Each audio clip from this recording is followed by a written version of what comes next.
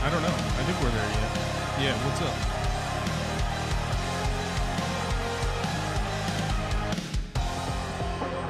Oh, yeah, we got to push a button.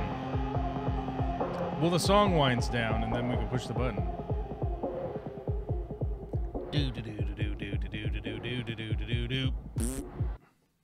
What's up, everybody? It's Monday, August 11th. Should I be shot out of a cannon on August 11th? I don't know. Should I come out? Should I be coming in hot? Should I be coming in hot today? I don't know. It's hard to say. Somebody told me that my camera perspective was no good and that I'm too close. And that I got to widen the shot so you guys can see weird things in the background. Somebody told me that. Is it true? I don't know. You guys tell me. Oh, I see an open door. I wonder if I should go in that room. Yes, that's how open doors work. Starting at the top of the chat today, Witchy Cat first to the chat, Alyssa Bentley, and Frank Dominguez first to the chat. How do we get first to the chat? First to the chat? Don't ask me. I'm just here, shouting it out. Bare Bottom Branton. That's a new name. I don't know if they've been here before. Oh, wait, here. That Branton guy must be new. Yeah, I think that's a new guy. Yeah, first time here. Okay. Yeah, first time here, Branton. Okay. Yeah, first time here. Sounds good. Nice to see you for the first time. D-Rock's here. I have a few of your fish room stickers. I've been looking for a nice dildo. Anyone have a link? I don't have a link to dildos. No, I don't, unfortunately. If we're looking for a link for vibrators, we have those links around here. Because as I've stated in the past, the female orgasm is not a myth. It's not a myth. We here believe. We believe. We believe in it. We believe in the female orgasm. It's not a myth. Okay? And there's a link right there for a completely unassociated company. I don't know who makes this. No clue. But it's an Amazon link. And if you go through the Amazon link and you buy shit, we get a commission. You don't have to buy a vibrator. You could go through that link and you could buy whatever you want. You could buy... Hold on, let's see. What are they... what are they? What's the word down here? They call it discover more, but they're referral links. What referral links are they referring me to? Actually, I might have to get this someday. This was referred to me by Amazons. These Amazonians. Well, I probably wouldn't want to get this one. This one's probably not going to work right. Oh my god, I burped. And I feel real bad about it, guys. Just so you know, I feel absolutely terrible about having burped right into the internet. I burped right in there. This is the thing they were referring me to, in case anybody wants to click on it. It's a neck mount for your action camera. Actually, I can just show you guys. Look at this. This would be helpful for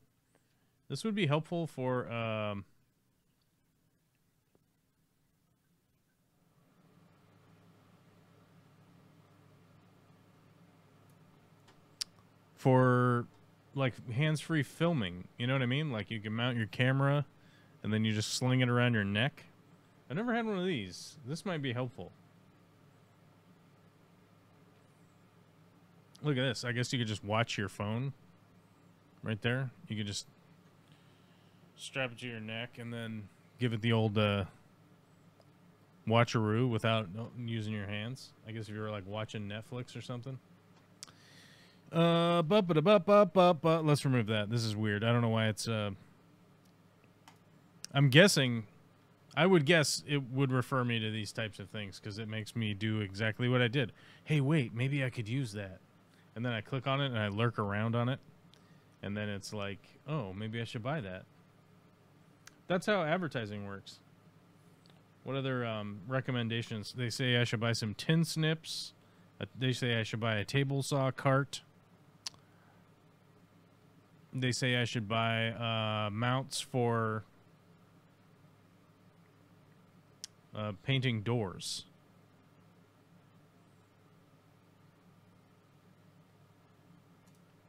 You know. These are all things. These are all things that you could do. You could go to Amazon, the craptacular, buy a bunch of crap, and then some poor bloke delivers it to your house. Linda Worth is here. What's going on? Oh, we have a caller in the green room. It's Witchy Cat. Oh, they're muted though. They are mute. Not. Oh, there you are. You were mute. Don't make me. I'm not lying. You were muted. All right, fine. Yes, I was. You caught me. I mean, there's nothing wrong with being muted. It's, what do you call that? Manners or something? I don't know. If you're like, if you're like ruffling around papers in the background, that would have been hilarious. Like, what is happening? No. And you're like, I'm filing my taxes. You know. I even turned off. Like, papers, documents. Are you getting your documents together? Actually, I did get a document together today. But yes, a DNR. Fun time.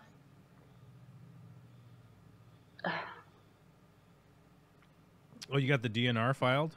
You don't want to be resuscitated? I updated it. So made a few changes to it. Are you going resuscitate or not resuscitate? Depends on circumstance. What if you poopy farted and somebody said, "Oh, it stinks," and then you passed out from embarrassment? What's that? Sadly, that is a resuscitate. You have to deal with the consequences of your poopy fart. All right. I'm going to put that on mine, though. If I poopy fart and it embarrasses me so bad that I pass out into a coma, I'm like, nope, pull the plug. Pull the plug on this MFer. Send him straight back to hell where he came from. Yep. Right back. If you don't pull him out, he might implode, so. Yeah. Yeah, pull the plug. Do it. Yeah, no, I've had to fill out that paperwork myself. We had to redo all of our will and everything because, you know, tiny person child. Yes. Well, I'm bound for the ER this evening, so I wanted to get all of that squared away before I head, because my ER is rural and oftentimes kills people. Yeah, I would imagine. Their success fail rate there is probably not optimal. We have company. Who has company? Holy shit, we have company in the green room. What the fuck is going on? Oh, it's Skogs. What's up, Skogs? What's up, buddy? Okay, we're safe. I thought it was a space invader for a second, and I was like, God damn it. I got my DNR filled out, but what if aliens invade my body? Then what am I going to do? I mean, I could be a space invader. You could be. You go find Donald Sutherland's ghost to stand and point at you. Make weird faces. Did Donald Sutherland die? I thought so. I don't know. I'm asking the question. I was like, is he a dead guy now? I don't know. Let's find out. Donald. Well, isn't he like 85? Well, no. I mean, nope, he's old. He died last year. Woohoo! I did not. I mean, not yay that he's dead, but woohoo that I remembered correctly. Oh shit! I was thinking of someone else. Okay, yeah, that guy was old. Yeah, right. I was thinking of a different guy. Who was I thinking of? Kiefer Sutherland, perchance. This is Kiefer's dad, right? Yep. Yeah. Okay. That is. Yeah. You know, it's always funny because I've talked about this. I've talked about this on the stream before about 1 billion times now, and I'm sure it drives everybody up the fucking wall. But I'm like, Hollywood is so fucking filled with nepotism. Mm-hmm. It is beyond the pale. You know, it's like, how do we get a Kiefer Sutherland?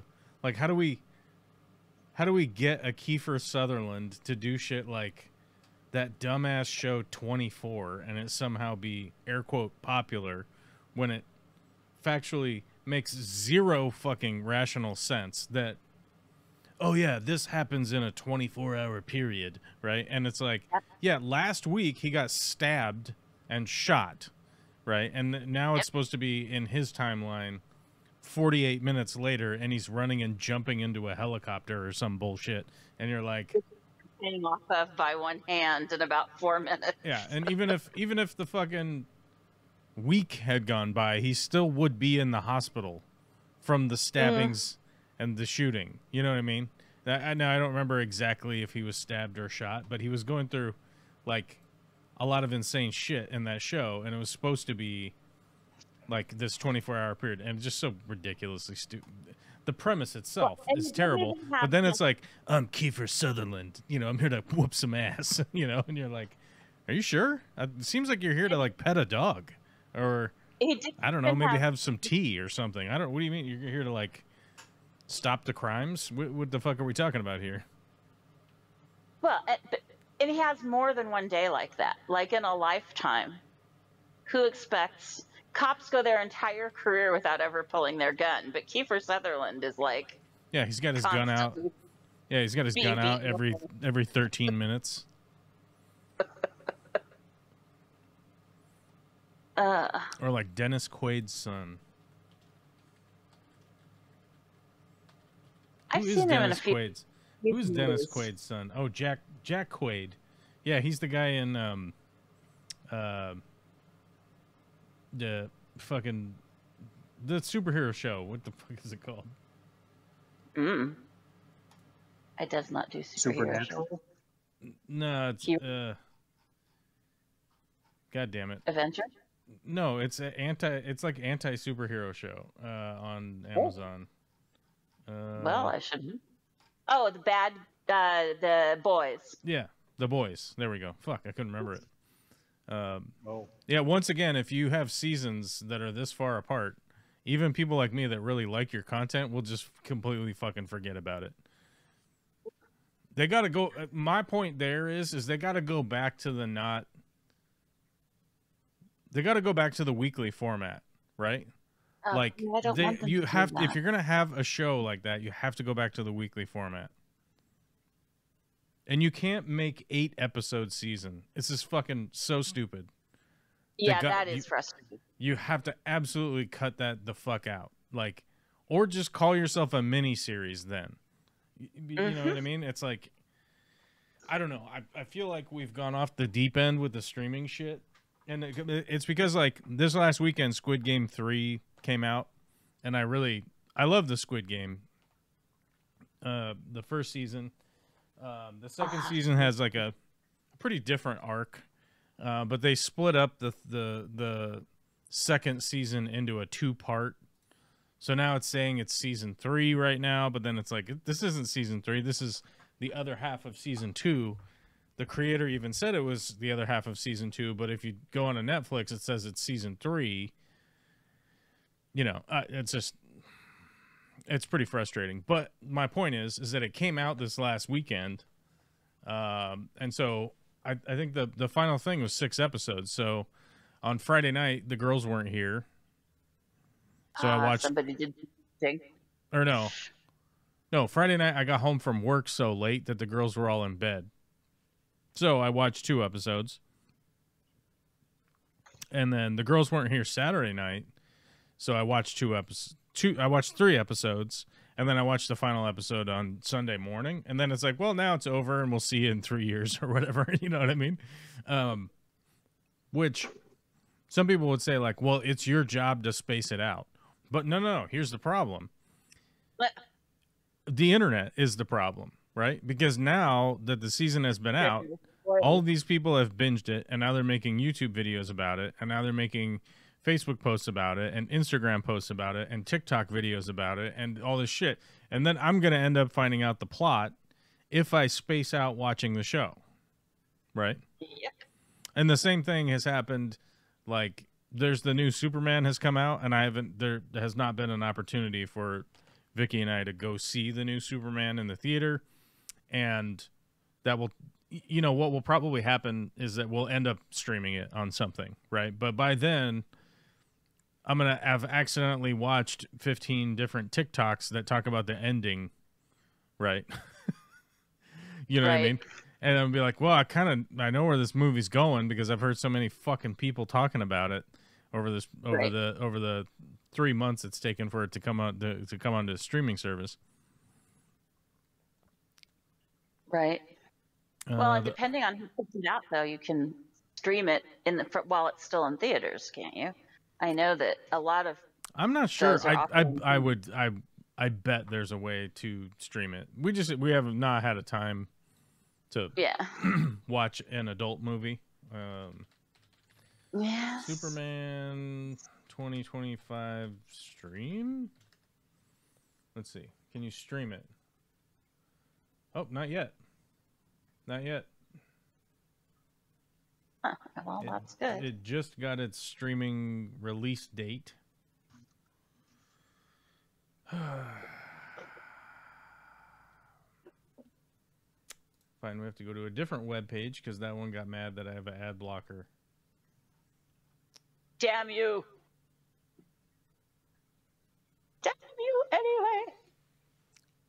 When to Stream reports that according to unnamed sources at Warner Brothers is planning an August 26th release for Superman on VOD, video on demand, VOD, and digital platforms. That means essentially as long as you're willing to pay a premium fee, typically $20 to $25, you'll be able to digitally rent or own the film before the end of the month. Bloppity bloppity scoopity boop. Somebody said HBO Max or whatever. Yeah, that's what I was thinking. It's Warner Brothers, so I would guess it will be on multiple streaming sites. But either way, we haven't. Even if it was streaming, we haven't had a chance to watch it yet. Right. And even though I've avoided the plot spoilers as much as possible. I accidentally read something the other day that was talking about the ending part. And it was just one sentence. Like, it was just one sentence that somebody had posted was like, what's about the end of this, right? It was just one quick sentence. It was just one quick sentence explaining there's a way to make a synopsis into one sentence that's the ending, right? Like, let's think, spoiler alert, guys. At the ending of, what was that? Oh, hold on. What was that fucking movie? Spoiler alert for Gone with the Wind, okay? Oh, yes. Good call. Final.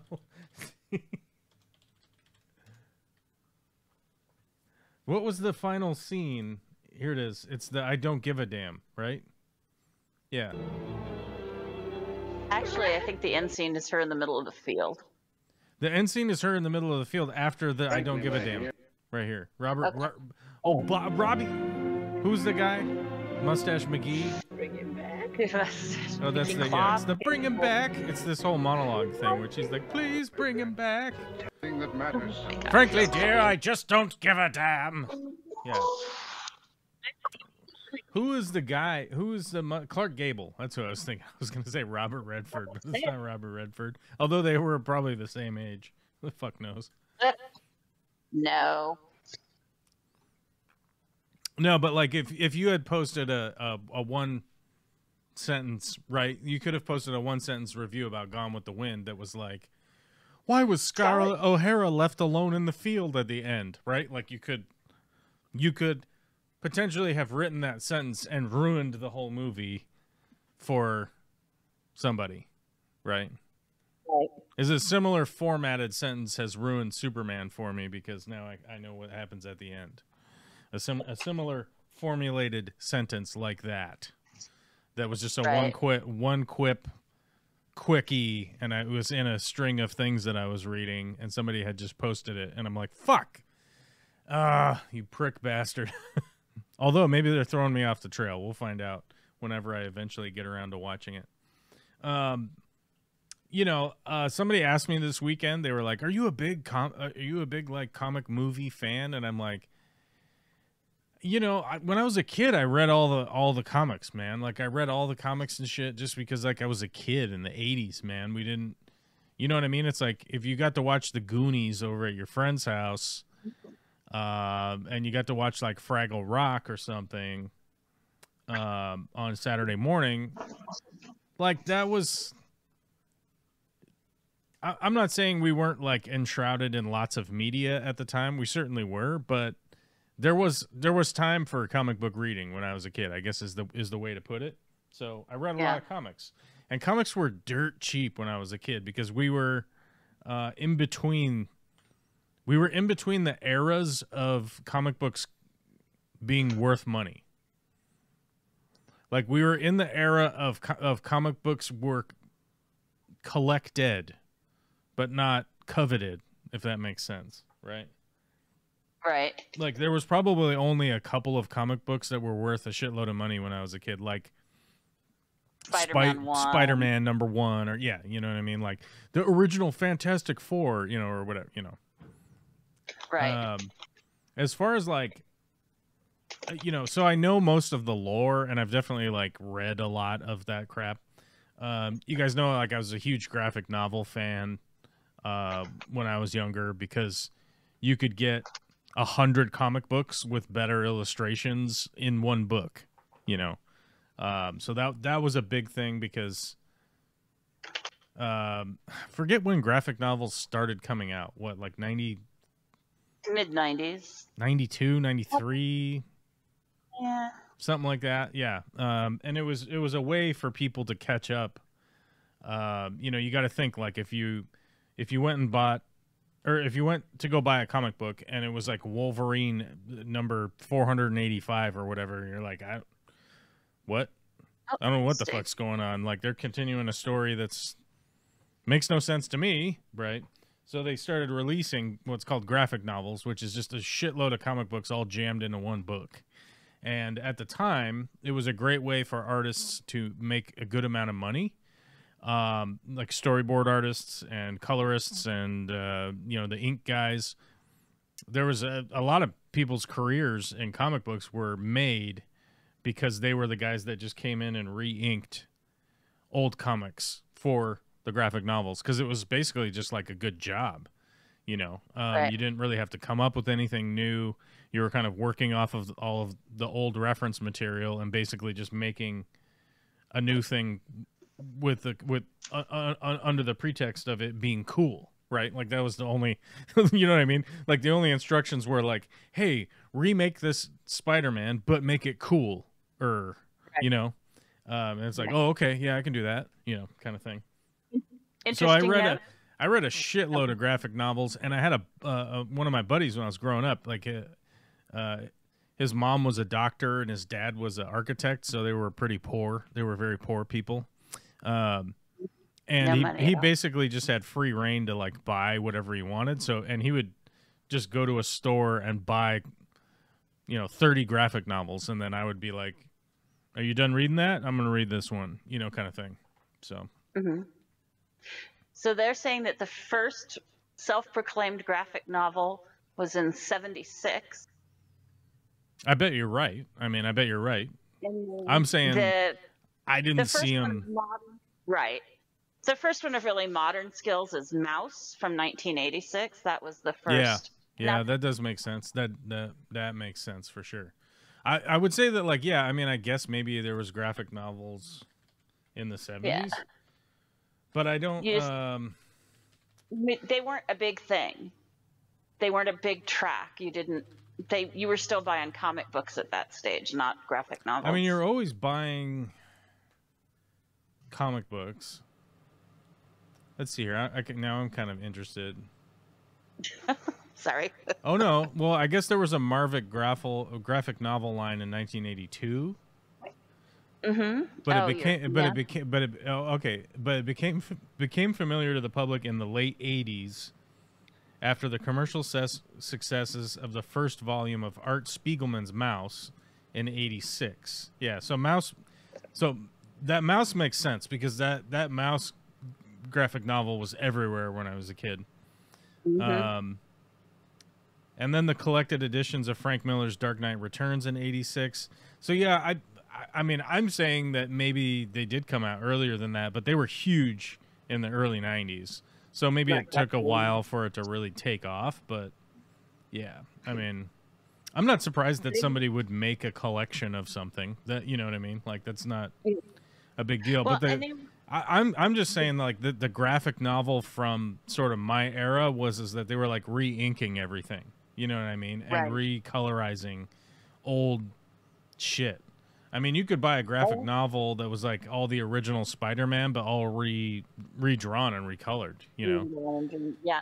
I had a Wonder Woman of that, like the first decade of Wonder Woman done as a graphic novel. Right. Because that was, of course, I was a girl. And the thing is like, I've always liked comics because the storylines are inclusive and lefty more often than not, right? Mm-hmm. You know, I mean, if you think about like any of the superheroes, other than Batman, they're all like lefty.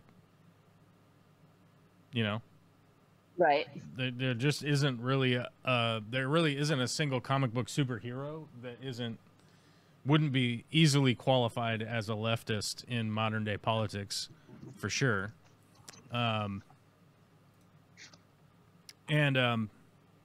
You know, I was listening to this preacher that I like to listen to, and he actually brought something up contextually that I knew about, but I hadn't thought about it in a long time. I gotta look it up.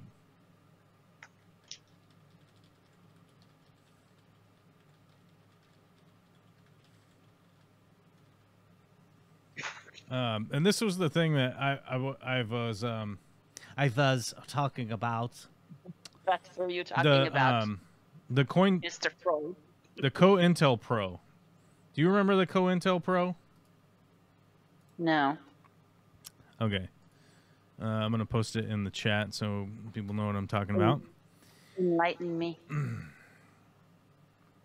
Okay. Evidence indicates that the U.S. government, particularly the FBI, through its COINTEL program, engaged in surveillance, infiltration, and disruption of various groups in the late 1960s, including some religious groups and leaders involved in social justice and anti-war movements.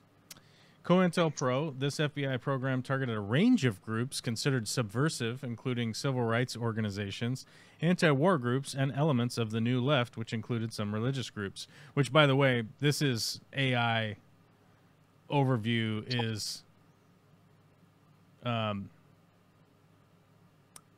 is completely whitewashing this right now, because the group that I gotta find there was a group that they broke into the FBI offices and basically stole all their documentation. That's how we ever found out that it was a thing, the COINTELPRO nonsense.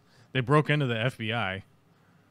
So citizens broke into the FBI, took all the documents of what they were doing, and there was over 200 lefty organizations. They were all leftist religious organizations that they had targeted and put into jail.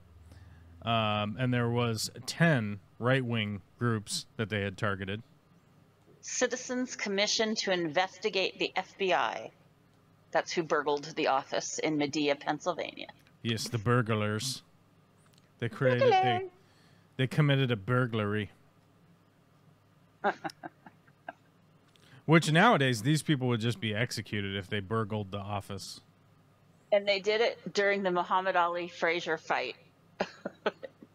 That's right. I've completely forgotten about that. Everybody's distracted by boxing. You got to think it's such a different time, right? It's such a different time in our history that like everybody would be listening to the boxing match or trying to watch it on some little black and white TV somewhere, and just left the FBI office essentially like unprotected. Although they want to do the same thing now, they just want to replace all the humans with fucking bots, you know. Clankers, as they call them. Not all drones fly. Some drones fly. I have one. Yeah, Actually, I have two. I do too. Actually, I have two. You're special. We could battle them. Are they both DJI? DJI? My good one is a DJI one, yeah. Yeah, I want a DJI, but I have a little cheapie. It flies. That's all that counts. Does it fly? That's all that counts. I heard that. I heard that somewhere. Someone who knows how to, not fly it into things has the controls. Yes, it flies. Yeah. I've never understood why the controllers still look so much like a early Nintendo controller. They don't. It's always weird to me. Is it? Yeah, it is. You'd think that they would make that shit look more up to date. Why go retro with that? Anyway, it's up to date. Sorry. I don't know. I mean, I don't know. I mean, I think it's just like at some point somebody settled on this is the most ergonomic shape for your hand, right? I mean, if you go back and look at the old Nintendo controllers, they were a fucking rectangle with two buttons, you know? Yeah. It's like, hey, bro, my hands don't do too great just holding a rectangle all day. Although nowadays the phones are just fucking rectangles again. Humans are obsessed with rectangles, I'll tell you. Okay. Doorways are rectangles. Phones are rectangles. Hey, guys, we are surrounded by rectangles. What are we going to do? Islands. Bricks are rectangular. Sometimes bricks fall through windows, you know? Okay, so speaking of the FBI, I try very hard not to make fun of people's looks, but can someone explain to me why Kash Patel always looks like somebody is trying to shove something up his ass?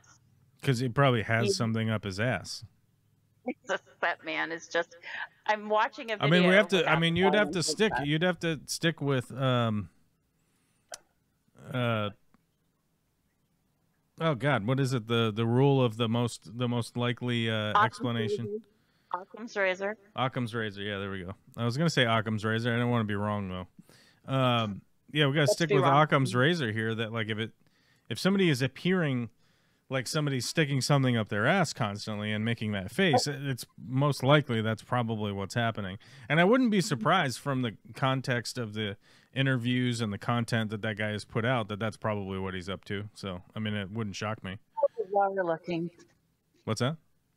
He said he's so bizarre looking. He's standing between Hegseth and Trump and still looks like the weirdest person in the lineup. And I don't know how that's possible. Anyway, well, they're hiring fucking the absolute fucking bottom of the barrel mutants and cretins to enact this fucking Fourth Reich nonsense that they're doing. I mean, you know, I posted in the title today is that like they're unleashing martial law in Washington D.C. right now. I mean, and this is the beginning. This is the test case beginning of doing this all across the country. I mean, that's the whole reason that they put $170 billion into ICE in their air quote big beautiful garbage bill. There's a reason why they put that much money into that group. They want to expand the group. They even have expanded the age limit now. So they're going to bring in fucking, you know, all these Gen X, all these old ass Gen X fucking out of shape freaks like Dean Cain to come out and deport people. That's not the plan. The plan isn't just to deport people. Their plan is to start exterminating people. You know, if we're talking Occam's razor, what do you need all this for, right? Yep.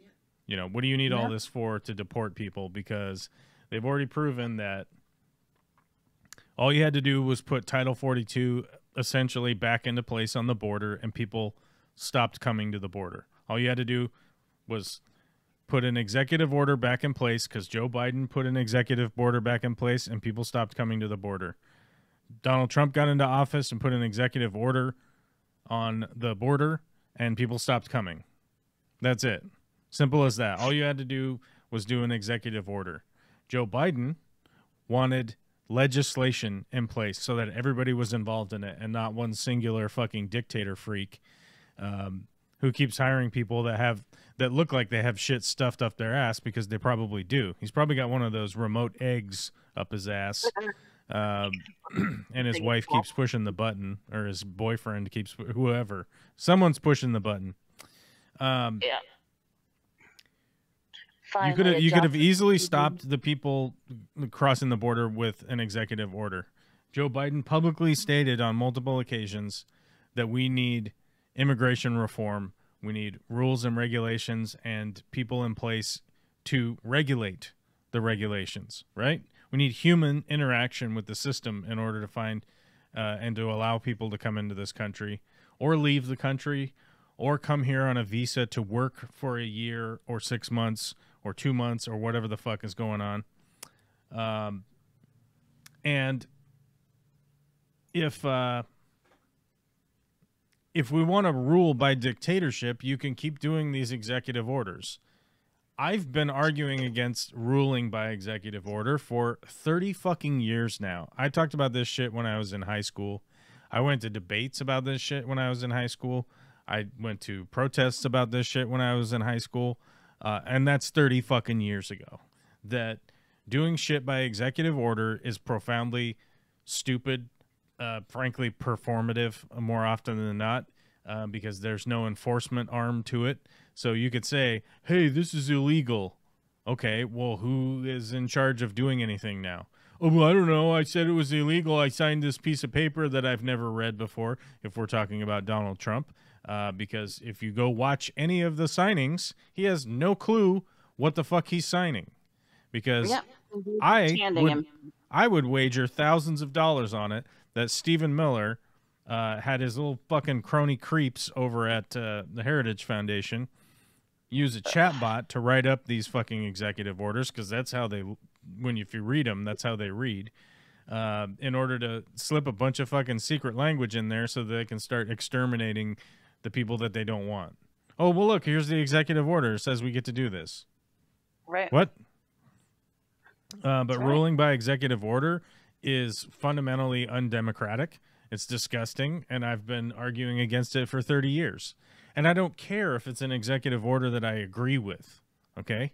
That's the difference between me and these MAGA freaks. Like, I have fundamental fucking beliefs and shit that I want to have happen, whether it benefits me or not. It's called having a fucking moral compass, right? Or having actual beliefs in a system of democratic collaboration to continue our community moving forward, right? All of the things that have ever happened in human history that are essentially beneficial come through community collaboration.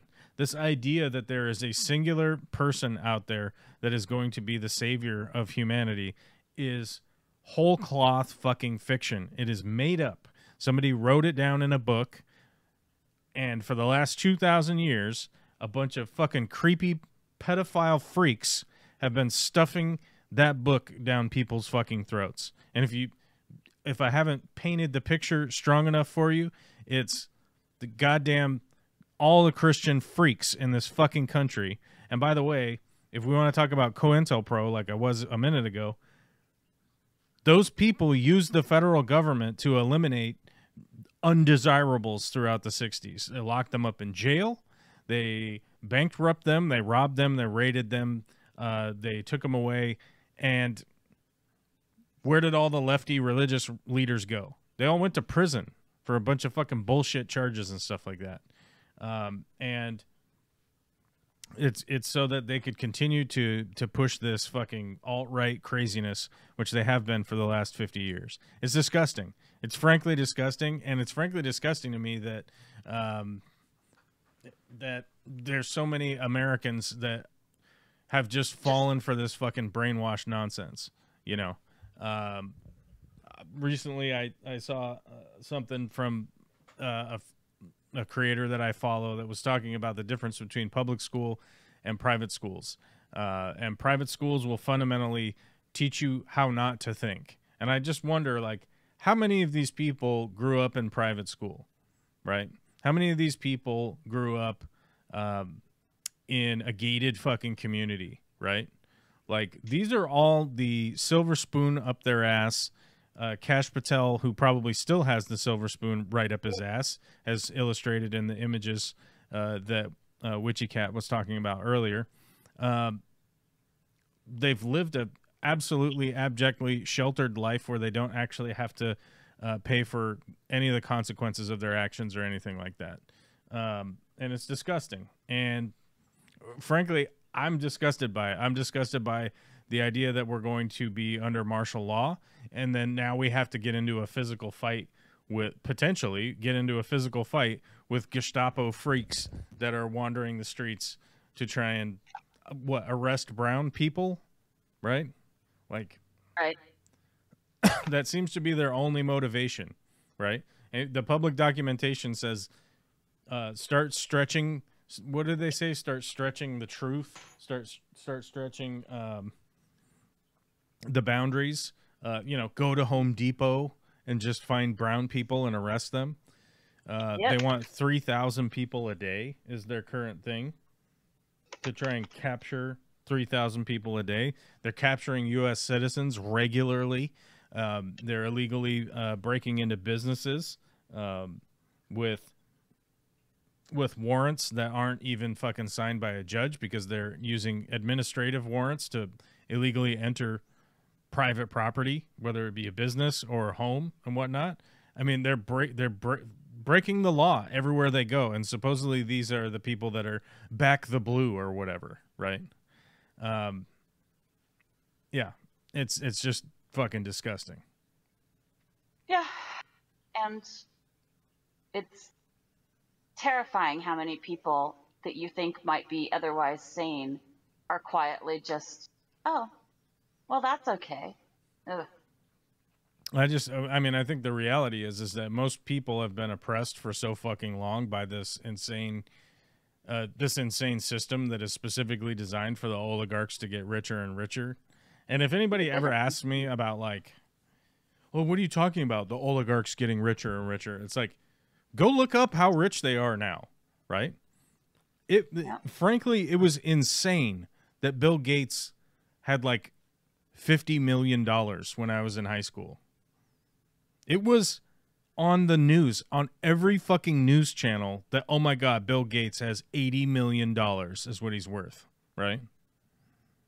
Okay. That's like not even remotely a drop in the bucket of these fucking people now.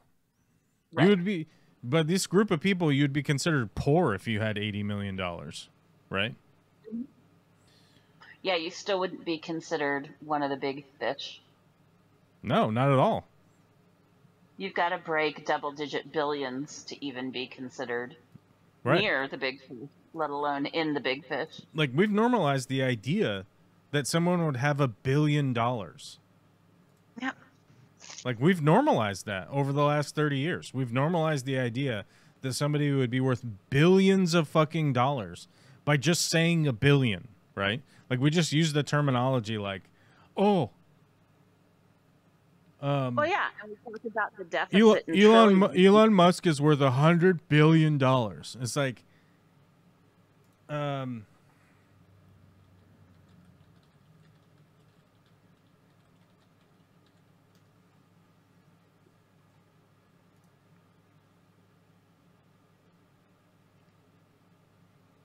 let's see.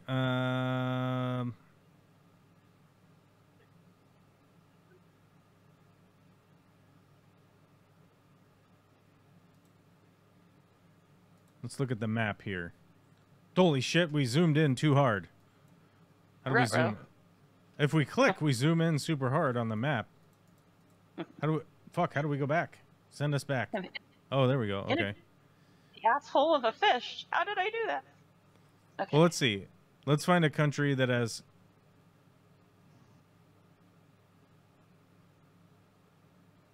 We'll find a country that has... Let's see. What the?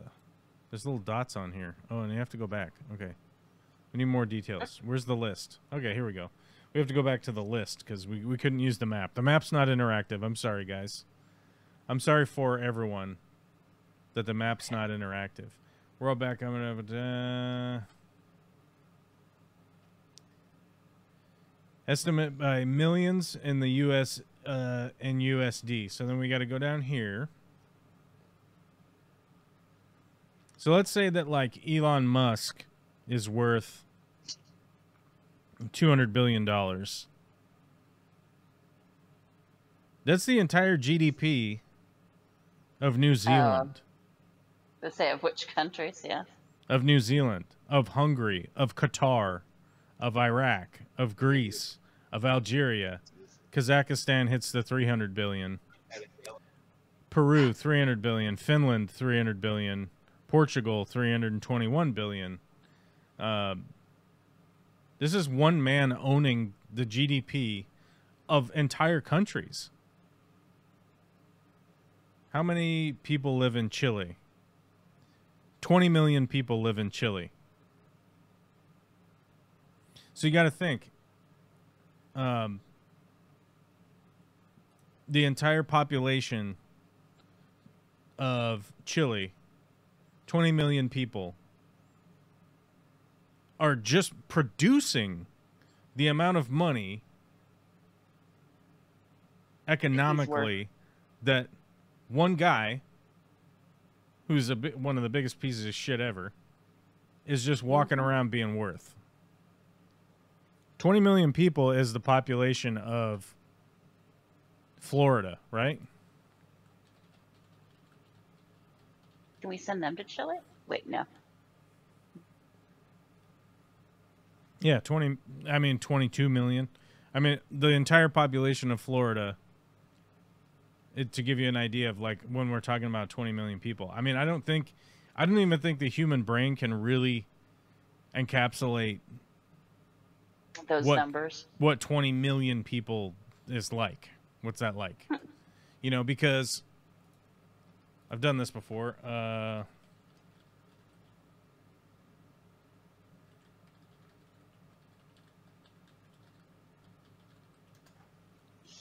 Like this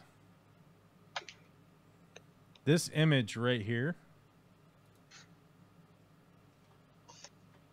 This image right here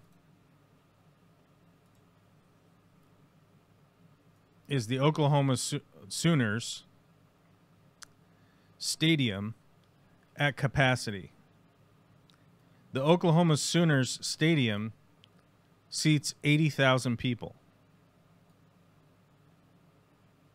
That right there is only 80,000 people. Not even a tenth of Not even one. not even a tenth of 1 million.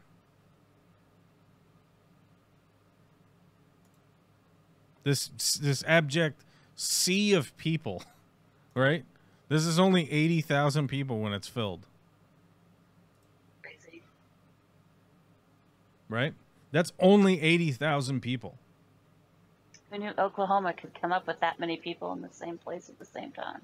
It's a lot of people in Oklahoma. I know. This is a different... Oh, is this the new one?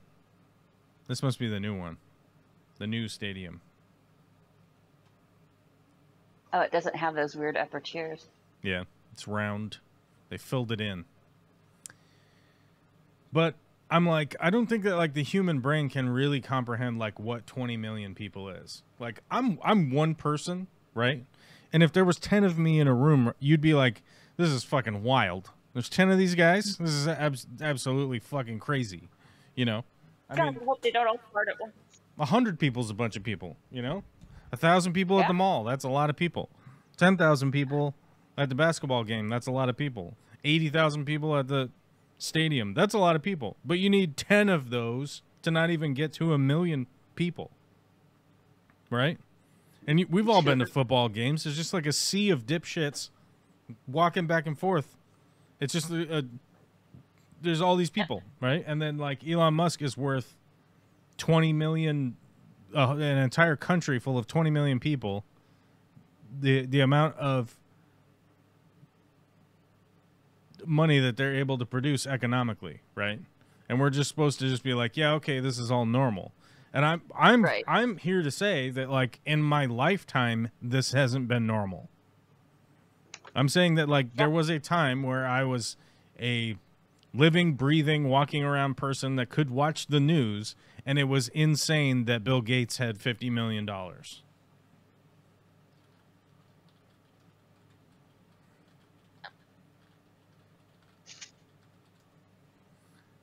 I'm saying it was insane, and it was newsworthy that he had $50 million. Yep. In my lifetime. Yeah. I need to find this. Yeah. Sadly, Elon is worth much more than 20 million, which is disgusting.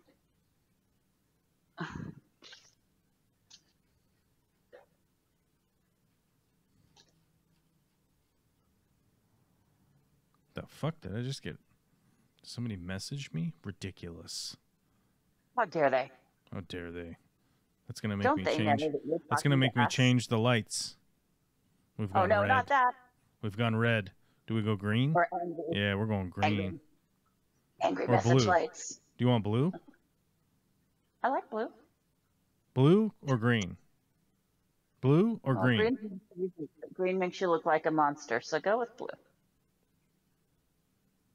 Maybe I am a monster. Probably, but you don't necessarily need to advertise that. I can advertise whatever I want, lady. Look, Jenny, I don't need to hear from your shit. Jenny was a friend. Oh. Call Jenny was a friend of mine. Green's not bad. Jenny Does make was a friend, but you're gonna make a mine.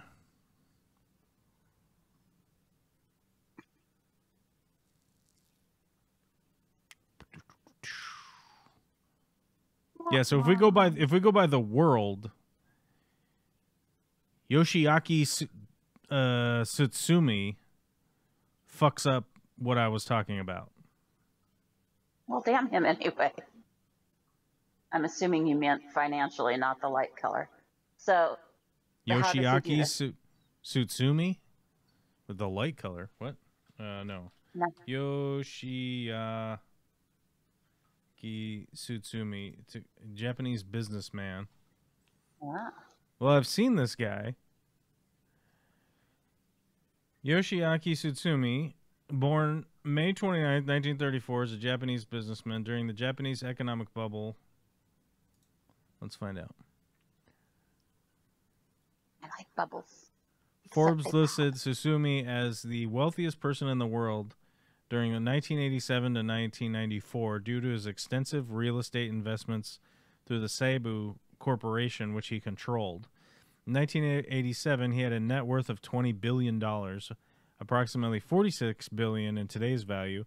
However, as a result of a series of scandals and his arrest in 2005, his net worth has fallen to such an extent that he was taken off of the Forbes list of billionaires in 2007. Wah, wah. Wah, wah. So he was just committing crimes and got arrested and...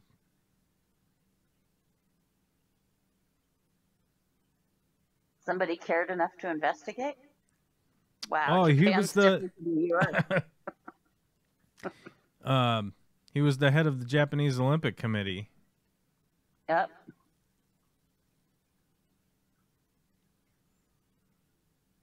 Can't be fucking with the Olympics. No, it's what got him. That's what got the Olympics. It was That's what him. got them. No, that's what got them the Olympics. Okay, I get it. Yeah, he was influential in getting them the Olympics. Because what, it was like Winter Olympics '98 or something like that, I think. Yeah. Yeah, Nagano. Remember? Oh, yes. Nagano. I want to go to Nagano. Look at that. This place is fucking dope, dude. Let's go become Japanese. Oh. And then we could... Ah, man. I'll get in trouble if I play the song. So, yes, don't.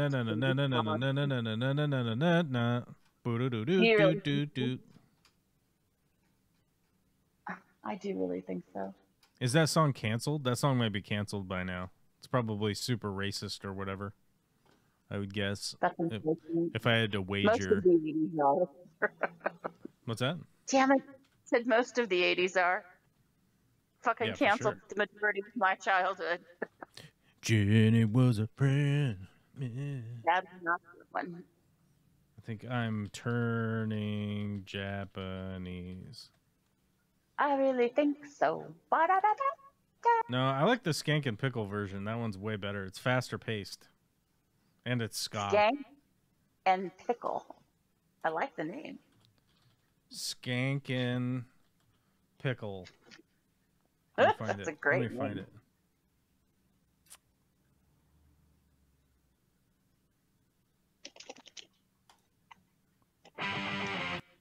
Oh, I can't play it because we'll get in trouble. No. We'll copy the link, though. We can go to it on our own dime. You guys can go to this song on your own dime.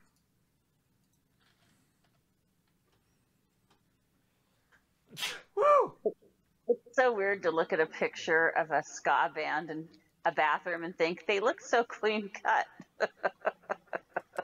The ska guys were pretty clean cut. Those guys were pretty clean cut. I mean, most Yes, ska they guys were. wear a tie, you know? They're already wearing Yeah. it. They're almost always wearing a skinny tie and a button down. Yeah. Haven't quite gotten out of their jazz roots. All right, I'll accept that. I mean, well, you got to expect, like, okay, first off, if you're talking about a ska band, you got a fucking horn section, right? And you Here's the can't, point. you can't be like a totally classless fucking shithead And play punk horn. rocker and have a fucking trumpet. You know what I mean? Like, you could. Gotta have the wraparound glasses and the tie and smoke a spliff in the bathroom. I'm just saying you got to work on your embouchure. You know what I'm saying? Like, you know, you're not out there. You're not there total degen like a fucking bass player would be, you know? But you also got a bass player, so maybe that guy's a dirtbag. And you probably got some dirtbag guys in the band, but you can't be a fucking trombone player, you know, like a seriously good trombone player, and be like, yeah, I'm totally out of my mind, you know. And plus, those guys, they got to wear the black suit with the Reservoir Dogs suit, Yep, you know. yep. They got to wear the black And the suit, black glasses suit, and white the- shirt, skinny tie. Probably Yep. the worst shoes you've ever seen in your entire life. They don't have a good shoe selection. They're wearing those- bad cop shoes. Those ska guys. I got hooked watching some PR videos for the F1 movie produced by Brad Pitt. Fun to see how they filmed it. Now I may need to visit a cinema for the first time in 15 to 20 years. As far as I could tell, they brought in what's his name? Hamilton? I think they brought in the driver. F1 movie driver brought in. Some people in the racing community were like talking shit about the F1 movie, but didn't they bring in? Yeah, they brought in Lewis Hamilton. Yeah, Lewis Hamilton, Max Verstappen, every Formula One racer, and Brad Pitt's movie. So one of the things that they did is like for the sound design, they had Hamilton like review the sounds to hear if it sounded correct when they were like driving around. They brought in a lot of advisors. Now, do I think any of this shit makes any sense that a 60-year-old guy is an F1 driver? No, that doesn't make any fucking sense. Those guys cannot make it past age 40 at this juncture. This is the point in the world. Like it's not going to happen. Your body isn't going to operate in your 60s as an F1 driver. It's not going to happen as a NASCAR driver. It's not going to happen at any of the top tier driving circuits. It's not going to happen. There, I saw an interview with Lewis Hamilton who he was talking about like he has to work out so much because if he gains an extra pound, right?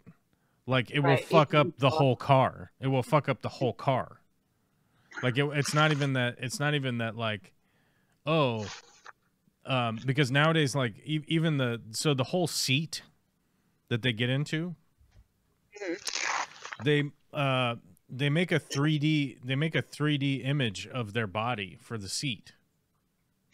Cool. And then they cast an impregnable, or like what is it, the 2-cell foam or whatever. It's the seat is molded completely to their body. Like the only thing that's out is like their head and their hands, right? Right. You know what's the F1 steering wheel? Hold on, F1. All the pedals and controls are on the steering wheel these days. They still have pedals that they work with their feet. Okay. Hold on. This is their steering wheel that they work with. Look at this thing. This is their steering wheel. This is one of them. I don't know whichever race team this is. If you can see this steering wheel that they're working with, when I put in huge quotes, this has buttons, this has knobs, this has buttons with knobs, this has knobs with buttons, this has brake balance, this has switches, this has twisty things, it has a screen. What the fuck is going on here? This is I'm just using this as an example. Like that's just the steering wheel. But the amount of force that these cars put on your body it's not possible that there would be like a 60-year-old dude, whether you're Brad Pitt or not. It's not going to happen. You're not going to be able to be a competitive racer. It's not going to fucking happen. It's like being a quarterback in the NFL that's 60 years old. It is absolutely not going to happen. You know, it was profoundly insane that Tom Brady was still doing it at what, 44? 45, yeah. That was insane. And he was like, I could probably keep going until I'm 60. Well, guess what? He fucking retired right after saying that. Again. That's still some So it's interesting to me that they can take their focus off of the track in front of them to work those switches. How much practice do they have to put in to be able to handle those switches and knobs without looking? That's astronomically crazy. It's a lot. I mean, it's not like driving our car fast. That's not what it is. You know, that's the thing. And so my guess would be like this film is essentially going to revolve around that idea first, right? And then secondly, it's going to revolve around the fact that he is old and he doesn't, you know, he's got to go. He's got to get out of there. And then they'll throw in a bunch of drama to make it like humanly interesting. I don't know. I mean, of some kind. But my guess would be it's the old guard hanging on for dear life and the new young people trying to kick him out.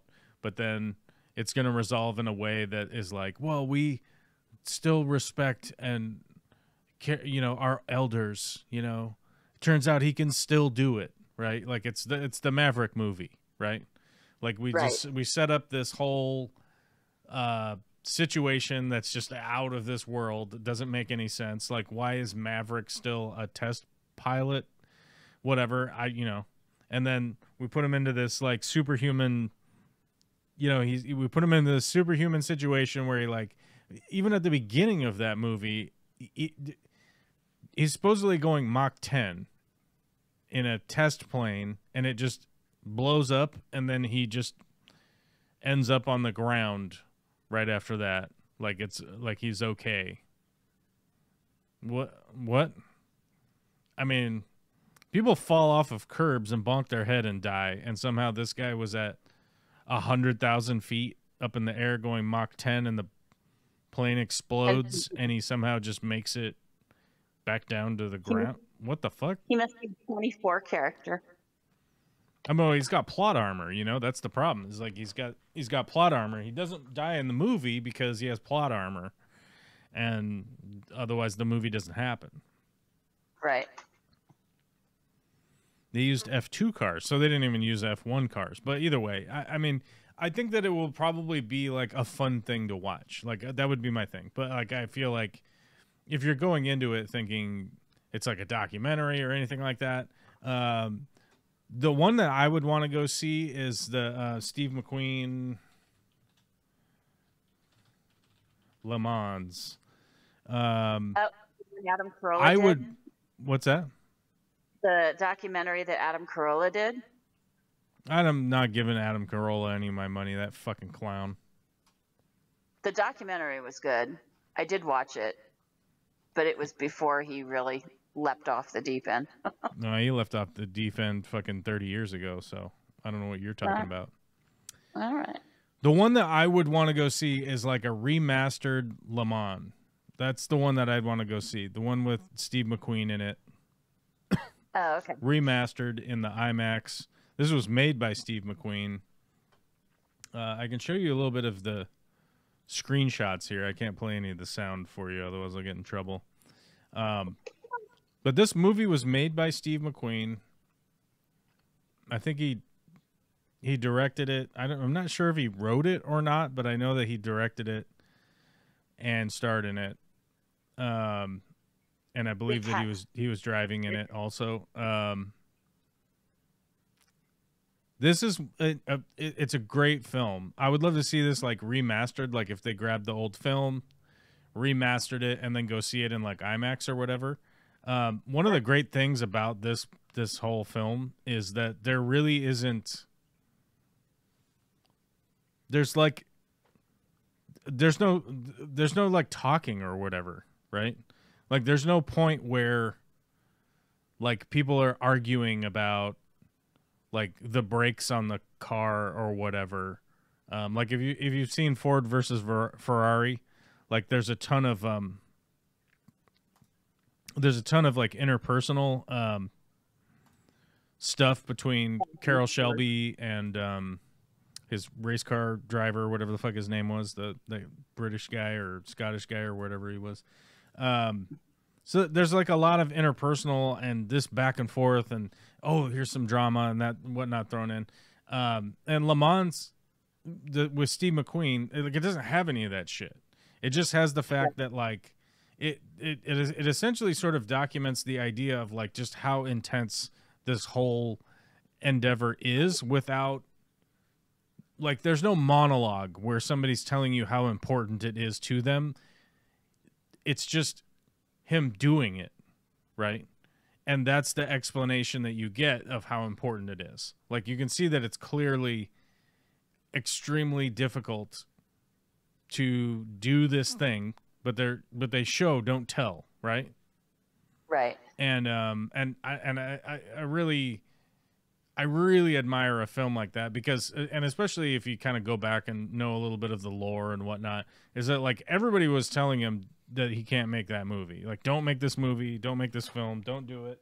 You know, they didn't give him insurance. He had to like insure himself. It was all this like crazy stuff that went down. Right. And he was like, no, I'm just going to make this. Right. And it really is quite good. I believe it made money. I believe like it was received fairly well when it came out or whatever, but it is really kind of a it's sort of a different kind of film that you wouldn't necessarily think like, let's go see this on a Friday night. But yeah, that's one I would love to see remastered in like an IMAX or something because it really would feel immersive. I think like the immersive nature of it would be great, and to be not distracted by all the other shit when I'm like streaming at home. Like we could watch that Superman movie and it would be fine, you know. Right, but the dog needs to go out. Olivia's gonna dash to the room. There's yeah, that stuff that would be fine, you know. Like Superman would be fine, but it would be really hard to watch Le Mans with like Olivia running around. Although she could probably watch it. I don't think there's any content in there that is beyond. No, from a 1971 movie, probably not. Are you kidding me? I think Zardoz is from 1971. I mean, there are bad movies. Don't get me wrong. Hills Have Eyes I saw in the 70s. Carrie, but yeah. Yeah, Zardoz came out in 1974, and everybody's naked and having sex constantly, and it's not even voluntary. And Sean Connery is wearing this outfit. Oh no, God, Sean Connery was in that. He's the main character. Poor Sean. He's a piece of shit. Fuck him. There's always that one movie. Wife beating fucking maniac. Oh, I didn't hear that. Are you kidding me? Zardoz is one of the best films he's ever made. Look at this. He's got the codpiece strap with the bullets, the bandolier. So he could run. I mean, his whole character is he's a barbarian and he runs around shooting and killing and raping and pillaging. That's all he does. For Zardoz, by the way. Zardoz is their god that flies around. This guy. Oh, fuck. He's cut off.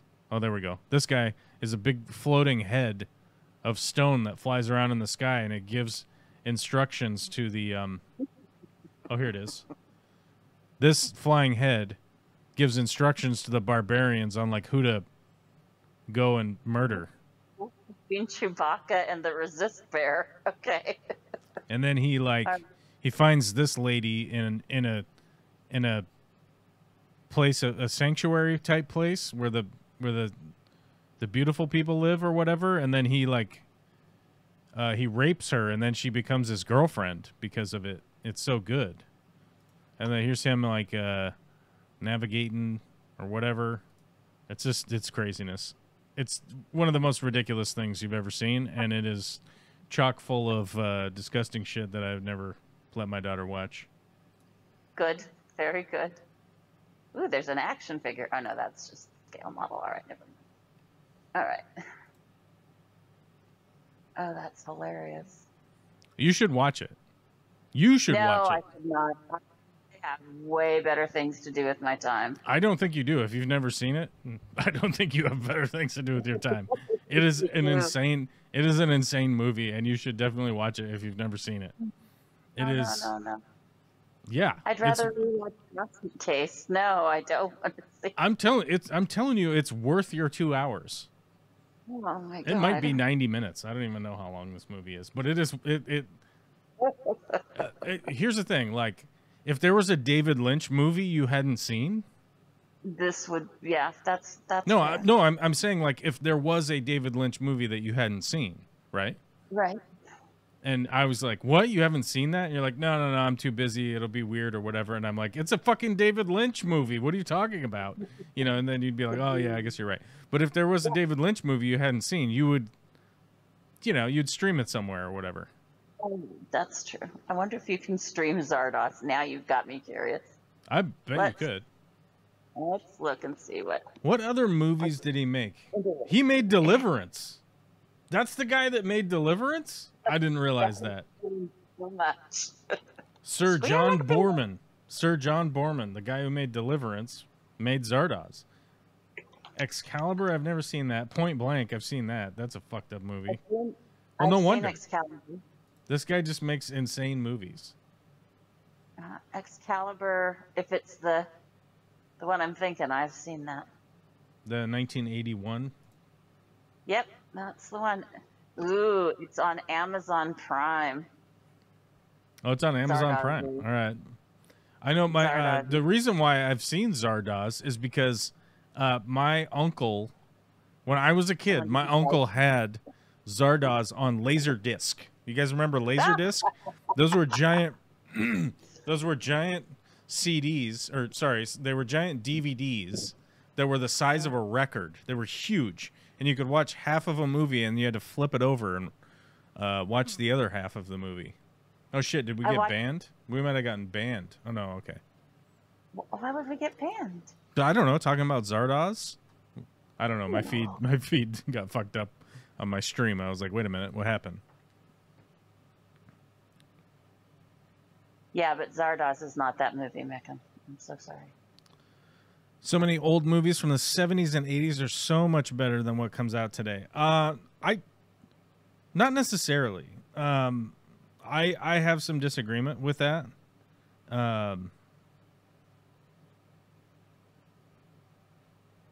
Just because,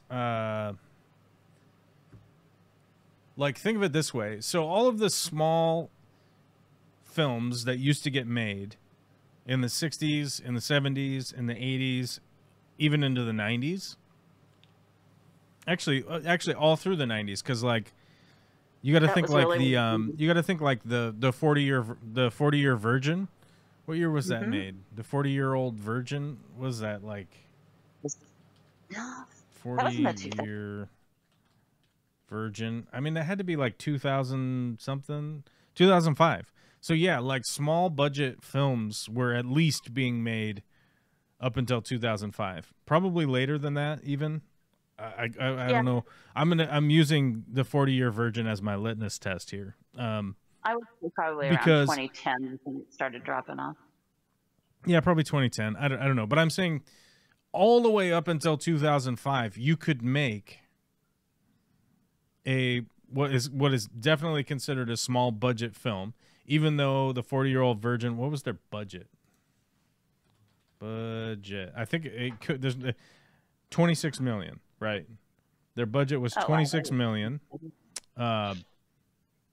Which, by the way, even at the time, this was considered a small budget film because, like, Independence Day budget. Yeah. So Independence Day was a blockbuster, and that was at 75 million, right? So you got to think 40-year-old Virgin was a third of the price, third of the budget. And with these older movies, it's much easier to get the actual budget, right? Because all of the tax filings and everything has all been long since settled. But the 20-year or the 40-year-old Virgin is a perfect example of essentially a bunch of indie filmmakers, right? So people that sort of had a name, right? Like Steve Carell was not the star that he is now. Paul Rudd is not the star that he is now. Seth Rogen is not the star that he is now. Judd Apatow had already made a few movies. Like, all these people kind of just worked in the industry, and they had an idea, and the 26 million is still considered a small budget. I mean, I could make a movie right now for 26 million, right? If anybody out there that's watching this now or later, and you want to give me 26 million to make a movie, I will make a movie for you. It will happen. Anyhow, moving on. The reason that I bring this up is because in the 60s, 70s, 80s, 90s, all that existed for these small budget films, right? Nowadays, all of the small budget films are YouTube. Right. Streaming stuff, Netflix. It's not, yeah, I mean, it's, you know, the level of like Netflix content. Like, I brought up Squid Games. Like, I don't even know what Squid Games budget was. Let's see. Squid Games season 1 budget. Made in Korea.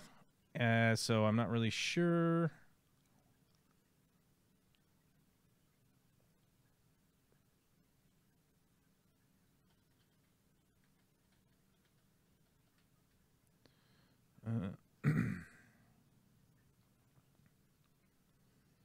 Based on a total budget of $21 million.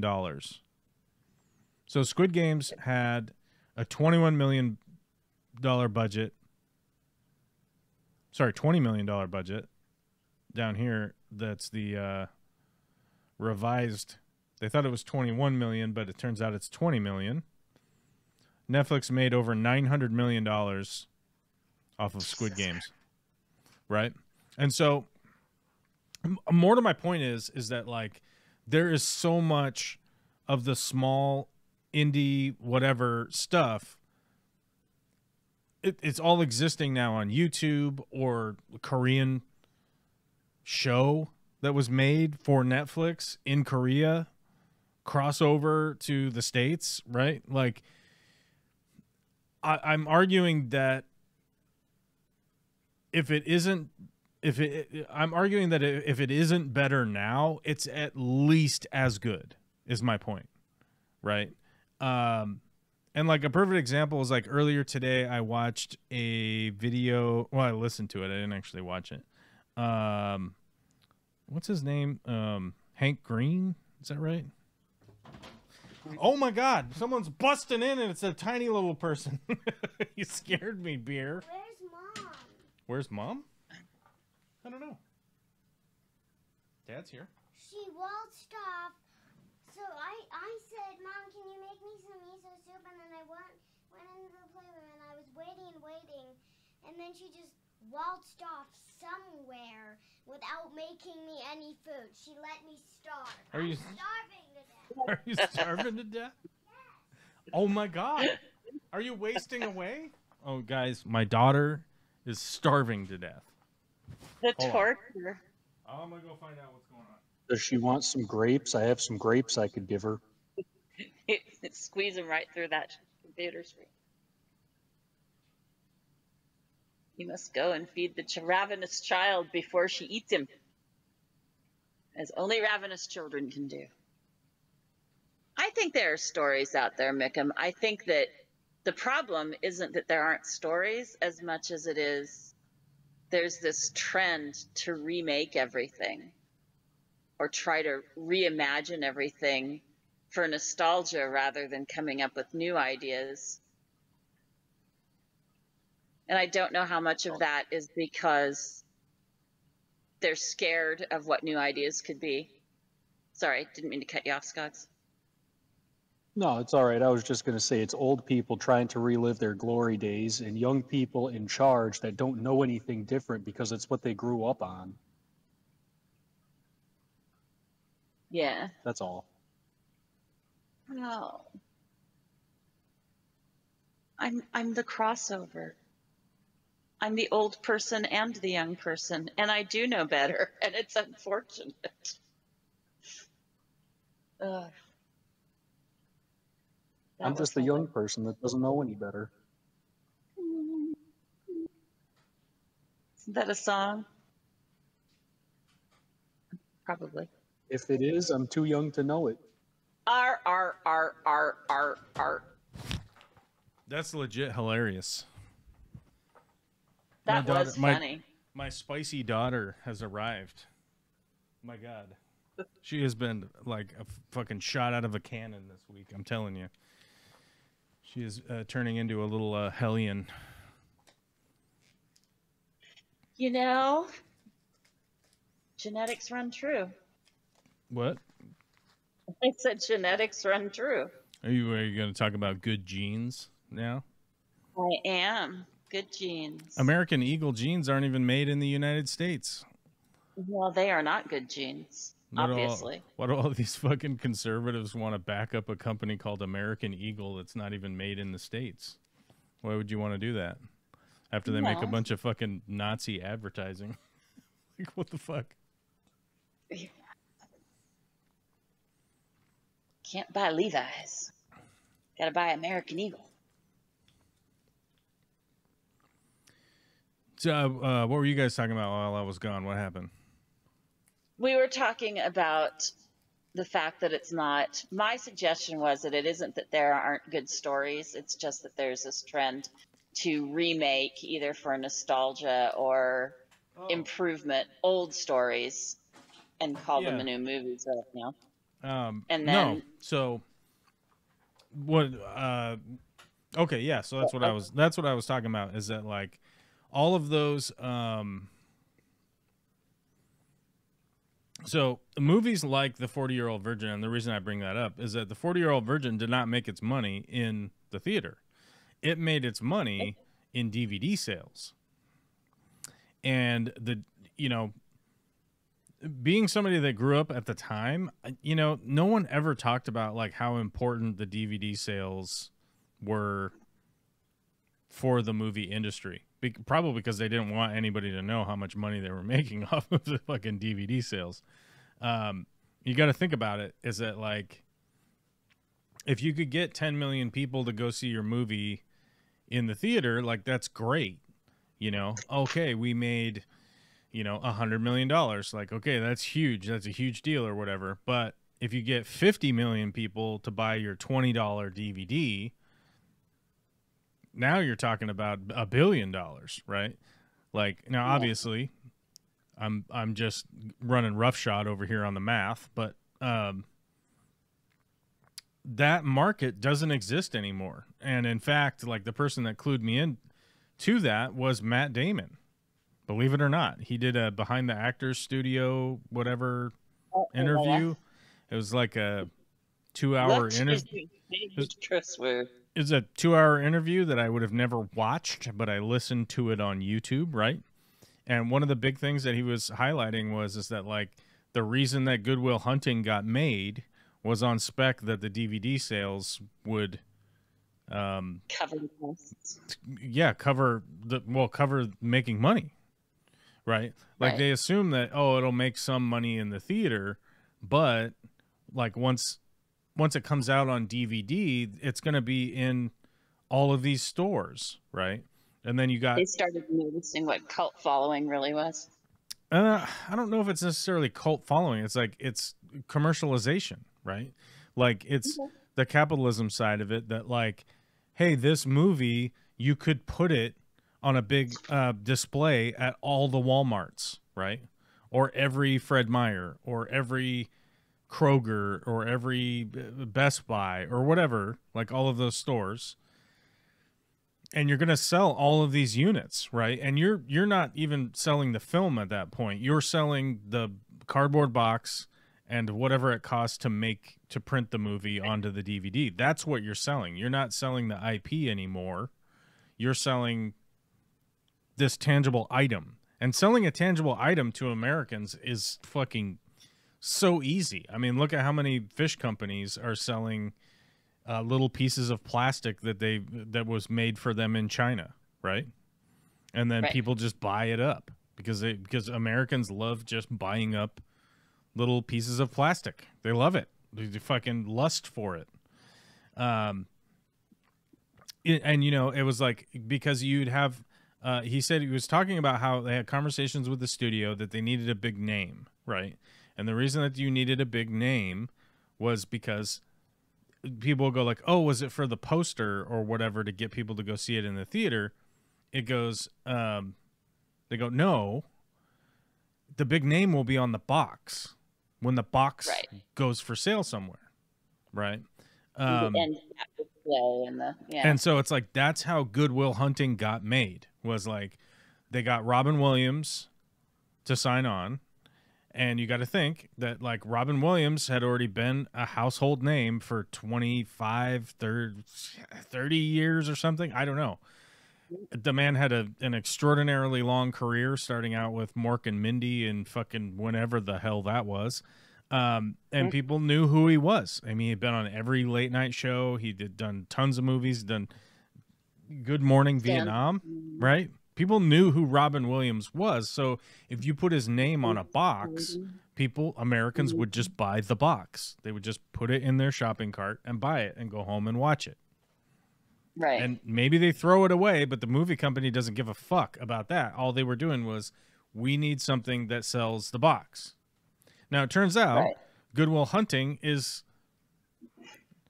functionally a kind of a flawed movie, you know, like, but it has all these kind of good parts in it and things that people remember of the, like, you like apples? I got a number. How you like them apples, right? Like, there's stuff in there, and it sold a lot of DVDs. And they all made money because the DVDs sold, right? And it's like, Matt Damon didn't make any money being in the movie. Matt Damon made some money when the DVD sold, right? And it was like, and you have to think that, like, as a studio, you go, well, we don't have to pay these guys all that much money. It is an investment, but we're just going to say, hey, we'll give you, 25 cents off of every DVD sale after the fact, right? So they're sort of buying the actors and the production and everything on credit, right, of the future sale of a piece of plastic, right, and cardboard. Don't forget the cardboard. Cardboard's really important. You won't stand up without it. It won't stand up. He'll just lay down flat, roll around, get scratched up. Very sad. But that whole market does not exist anymore, and that's why we don't see a lot of weird movies that sort of just pop up in existence unless they get onto a streaming service. Like, here's this is what is insane. Hold on. Twisted Metal. So, if you've ever seen this game before, it is a game that is called Twisted Metal. And it is these insanely cartoonish characters, right, that drive around and shoot at each other and blow each other up in a race / tournament / whatever, right? Now, all right. That's all it is. It's just a video game where you drive around in cars and you just shit blows up and you blow up the other drivers and that's it. And the characters are cartoonishly ridiculous, right? Now, if I told you that the guy who's the new Captain America had anything to do with that video game, would you think I was making something up? No. Okay. Because voiceover work is huge in video games. Nope. Because I want to tell you that on Peacock, and I've just found this out, season 2 of the adaptation of the video game Twisted Metal, which, by the way, doesn't have really a storyline of any kind. Anthony Mackie, the guy who plays Captain America, is in this TV show that is on Peacock. Okay? I don't have Peacock. I don't know what the fuck's going on with Peacock. I don't know what the fuck Peacock is. Is it NBC's streaming thing? I think. NBC's streaming, yes. I just got to say Peacock as much as humanly possible at this point. Peacock, right? Heavy emphasis on the cock end of it. Okay. Now, anyhow, season 2 has just been released. It not only does it have the new Captain America in it. It also has Will Arnett. IMDb. Here we go. Will Arnett is in it. Anthony Mackie, Stephanie Beatriz, Joe Siona. I don't know who that is. But I know who Will Arnett... Oh, here it is. We got to go down here. Thomas Hayden Church is in it. Will Arnett is in it. Anthony Mackie is in it. Who else is, like, well-known here? Okay, none of these other people, I don't even know any of these people. Who are these people? I don't know. But the guy who plays Captain America is in this fucking TV show on Peacock about the video game where this guy right here is a clown who drives an ice cream truck that blows things up. This is a character in the game that is now in the TV show, right? Boy. So to highlight my point is that these things do exist. Who the fuck knows where they are now is kind of the bigger problem, right? Is this the modern day Zardoz? This might very well be the modern day Zardoz that 20 years from now, some guy who's streaming on fucking YouTube or whatever the fuck replaces YouTube, maybe it's UCock or whatever, I don't know, or PTube, who the fuck knows, when YouTube and NBC conglomerate into another mega corporation that's going to fucking sell us pieces of plastic and goddamn cardboard, and they turn it into PTube, which, by the way, sounds like a website that already exists. I wouldn't look it up. Yeah, no, don't take that in. I mean, I don't know. Maybe look it up. I mean, it's the thing you're into. I don't know. I don't fucking judge. I don't care. The vegetable, not the action. So. I don't judge people's like weird proclivities in that way. To be clear, I do judge a lot of things, like being a fucking Nazi prick. I judge that. If you want to watch consensual adults doing weird things, that's fine. I don't care. So unless you're a Nazi. Like this is kind of my point, is that like this weird shit is being made. This good shit is being made. But like, how do you find it now? How do you find it now is the issue. And when we're talking about like stuff from the 60s and 70s and 80s and 90s, only the good stuff still exists. You know what I mean? Like, it is super difficult to find an abjectly complete piece of shit from 1964 that was made, right? Right. Like, nobody saved a copy. You have to go find some weird archive somewhere, you know, to find like a really crappy movie made from 1967. Or even smaller good stuff. I had a hell of a time trying to find here's a great at Alfred Bridge, here's which was a and you go like, here's an abjectly great film from 1969, and it is called it's called Putney Swope, right? This movie right here is called Putney Swope, and you should go watch it. It's amazing. Okay. It's apparently on Tubi and something else and something else. I don't know. I don't know what else it's in. Some no-name motherfuckers made this shit in 1969, but this gravitated to the top and you could still go see it. But go watch it now and you'd be like, oh my God, this was made on a shoestring budget.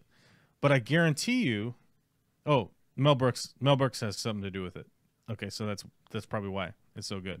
But I guarantee you there was 1,000 other movies made in 1969 that had the production quality level that this did, that just completely disappeared. 100% disappeared. Right. So, you know, I think that's the bigger thing, is that like all of the crap that was just terrible and all of the crap that is terrible now. This live stream is a perfect example, right? Like this live stream 5-10 years from now, whatever, as soon as YouTube goes down, this will never exist again, right? Like, this will be gone. This will no longer exist. And in my opinion, it will be all of the same shit from 1969 that just has disappeared, and we don't ever see it, right? So go back and download these now. Anyway, go on. Well, it's like you could say, here we go. from this conversation, didn't the guy that made Zardoz was the guy that made Deliverance, right? Deliverance and Excalibur And Excalibur and some other stuff, right? So like, Yep. Zardoz is insane. It's crazy, and you got to watch it. It's wild. But Okay. if Deliverance didn't win an Oscar, where it's like, oh, you got a pretty little mouth, you know? Squeal like a pig. Drop them pants, boy. Right? Like, if that shit hadn't, like, taken off and gotten an Oscar or whatever, like, we'd never seen Zardoz. Right. And so it's like, Mixed blessing. but the good and the bad sort of, you know, have worked their way into the stuff that's just bad, that's not funny because it's bad, or have some kind of redeeming quality. It's just gone to the wind.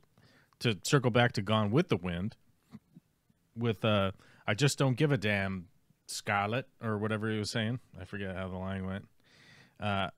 It's been a long time since I watched Gone with the Wind, I'm gonna be honest with you, and everybody thought it was the greatest thing that was ever made. And when I was a kid, me and my sister sat down and watched it at my grandma's house because she had like a VHS of it. It was like 3 or 4 VHSs, you know.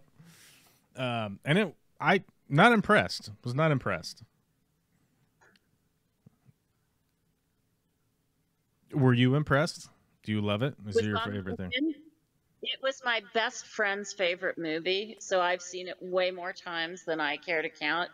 And no, I was done with it about the 3rd time Aunt Pitty Pat fled Atlanta. So your stream keeps dropping.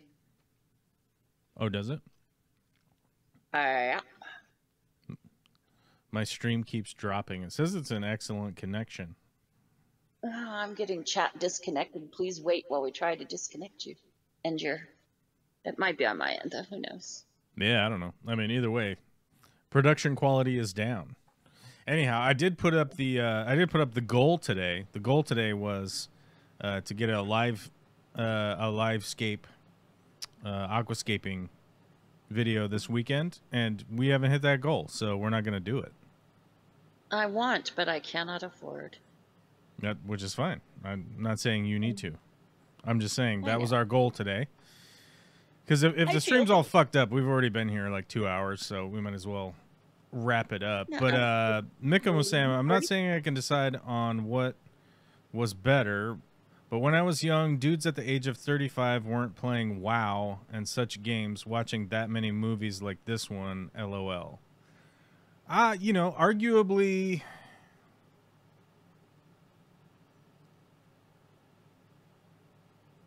I mean, guys weren't playing World of Warcraft because World of Warcraft didn't exist, but they were playing Dungeons and Dragons. I was going to say they were playing World of Warcraft. They were just doing it in garages on tables with minifigs. Yeah, and then I would say that, like, when did Mega Mud come out? Mega Mud 87, 88, maybe? It's probably 87, probably something like that.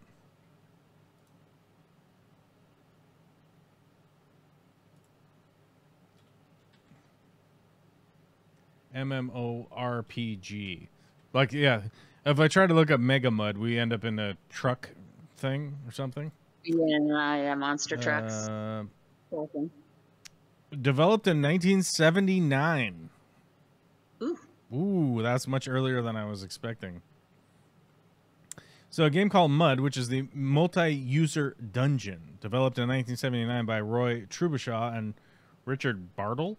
It's considered a precursor for today's MMORPGs. While it wasn't an MMORPG itself, it laid the foundation for the genre with features like persistent worlds and real-time multiplayer interaction. I can remember this because I would play Mega Mud when I was a kid, which is it's a dungeon scrolling game where you it's all text-based. Let me see if I can't find a video that would show what it was like. Hop in the wagon. We're on our way to dysentery. Sorry. That's Oregon Trail. That's different. I know, but it was similar premise on the text-based. I always think of that one when I think of text-based games. I'm trying to see if somebody actually has a video of what playing Mud looked like. Mega Mud was like. No, Well, I that have one- a yearning to go and find Bard's Tale. Damn it. That's a bitch of an emulator from Windows 11. All right. Whoa, where the fuck? Where am I?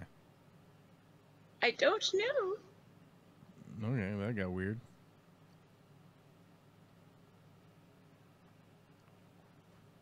Go back forward to here.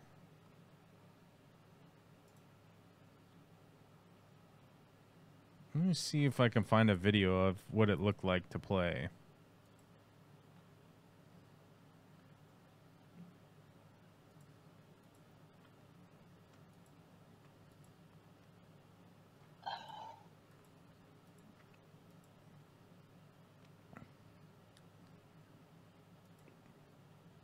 This video is like, does not even show.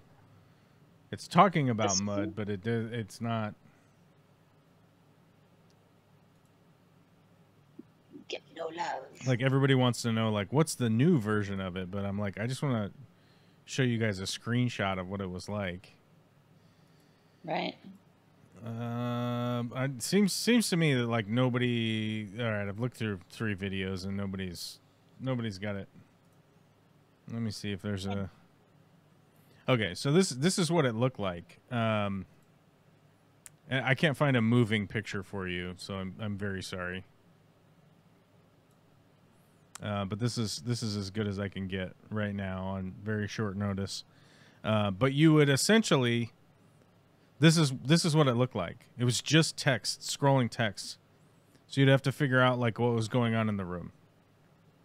Right. You Right. had to be able to keep up with the chat. And this So to shit was speak. just scrolling by at high speed. And you'd have to figure out what was going on, and you'd move around, and you'd be getting attacked, and you'd be attacking other things and gaining experience points. You'd have to fill an experience pool to level up your character, to get stronger, to fucking ba. And yeah, so I mean, I don't know. I mean, that was all happening in the 80s, but you know, admittedly, like I get it. There is a nostalgia for like the time forgotten, right? Like the time that we existed in the past. And I'll 100% admit that like sometimes I have those feelings and sometimes I have those emotions, and then I look back on things kind of fondly or whatever. Right. But inherently, that is like a function that is human nature, right? Like Right. it's really difficult to think back on the bad times you had in a relationship, right? Because our brains function that way, right? Like we would have no way would we be able to move forward like as a species, as people, if we were constantly dwelling on bad things that happened to us, 20 years ago, right? Like if those things were constantly coming back and you were always thinking about that, which is why it's very easy to look back like fondly on something, because it's easier for the human brain to remember like good things that happened, right? Like it's easy to remember birthday parties, but it's difficult to remember the week after your birthday party when your dad smacked you around and threw out the toys that you got from your birthday, right? Because fundamentally, like the human brain would break down and fall apart if you were just remembering all that bad stuff all the time. And so when we think back to the 80s or whatever, and you go like everything was awesome back then, it's because you're really only recalling the good stuff, right? It's very hard to recall like the amounts of time that you were incredibly bored, really didn't have anything to do. The paint had lead in it. The air had lead in it. You can't remember that. That's not something you can remember. PDT to kill the mosquitoes. Yeah. Yeah, and so like, yeah, I get that. I get that nostalgic, thought process too of like. And actually, I had a conversation about this a while ago with a friend of mine that was like struggling with their marriage, right? Because their marriage wasn't like as exciting as it was at the start. You know, they're like 10 years in, and they're it's not as exciting, and this and that and the other thing, and it's like, yeah, but that's the human nature of like long-term relationships, right? Like things are exciting at the beginning because you've got all these like hormones and shit going on and whatnot, and now you don't, right? But it's also a parallel to the like, oh, you think back to the exciting times of the relationships you had in the past, and then you're comparing it to the relationship you have now, and you're like, well, why can't it be like that? And you go, well, it can't be like that because that's a fantasy. That's why it can't be like that, because you're remembering pretty much inaccurately, right, of the good things that happened, and you're just totally not remembering any of the bad stuff, right? And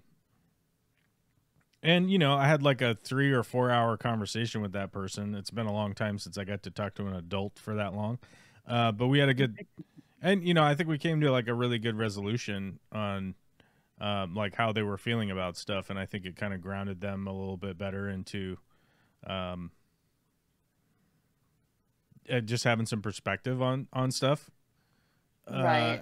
You know, I say that because I got the phone call the next day that was like, oh my God, thank you so much.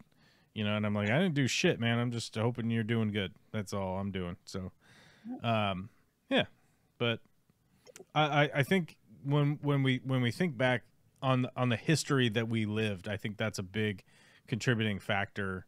Yeah. You know, and it's like, I think I gave this example a while ago on stream, but those people that have eidetic memories, right? Those people that have, that can remember everything. Yeah. And we normally refer to them as like photographic type memories. But it's even worse than a photographic memory, because they can remember the time, the place, the date of when, and not only can they remember what they saw, they could, you know, they can recall it and whatnot. Like those people go crazy and jump off a cliff before they're 30. Like that's super common, because their brain is just compounding and remembering all of the memory. They're remembering everything all the time. What was that house episode where the sister couldn't reconcile with her other sister because she couldn't not remember all the childhood rebuffs and bullying and just sisters fighting and all the rest of it? And I don't know if I've seen that one. It's a good one. It's a good episode. Right. But yeah, that's very much what it was. Like she could remember. It starts out with her inadvertently outing some woman who she was a waitress, and the woman had been in like a month before with her lover and now was in with her husband, and was like, Right. I've never been here. I don't know what you're talking about. So yeah. Right. But yeah, that whole thing was, you know, her sister kept saying, we're family, we love you. And she couldn't get past the, yes, but you did A, B, C, D, E, and F. And yeah, the human brain doesn't want you to remember that. Yeah, because it's not that, you know, well, it's hard to like put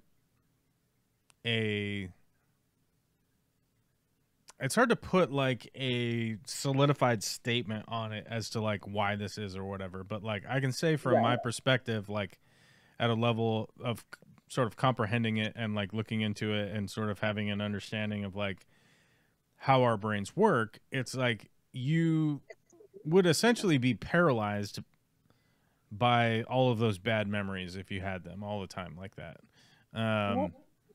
Never leave the house, would never do anything. Yeah, I mean, it would fuck everything up if you were remembering things in that manner. Yep.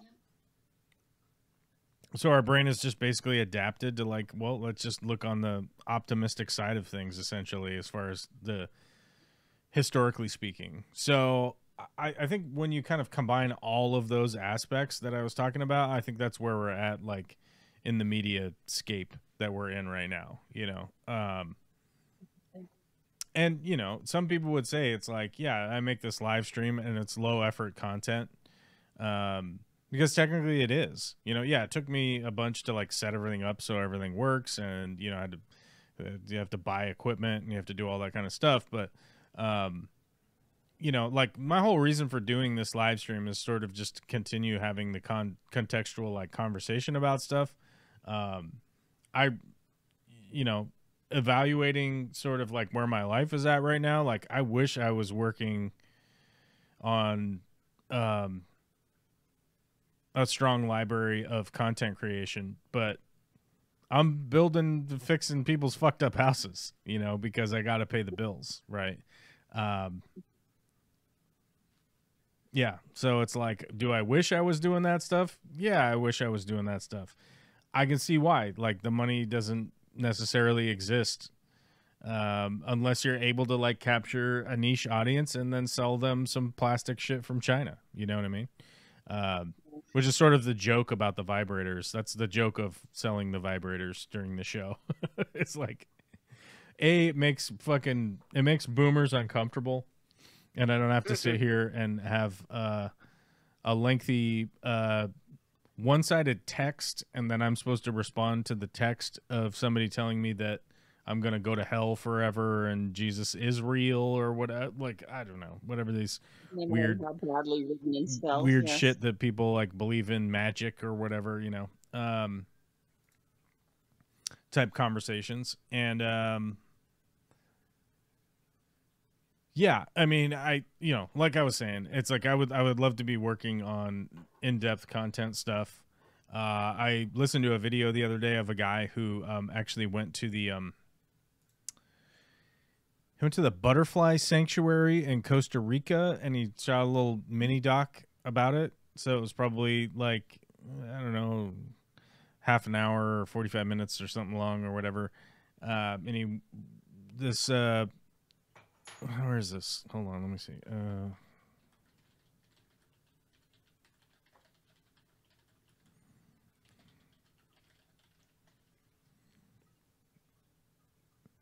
Okay, seems like there's a couple of them there.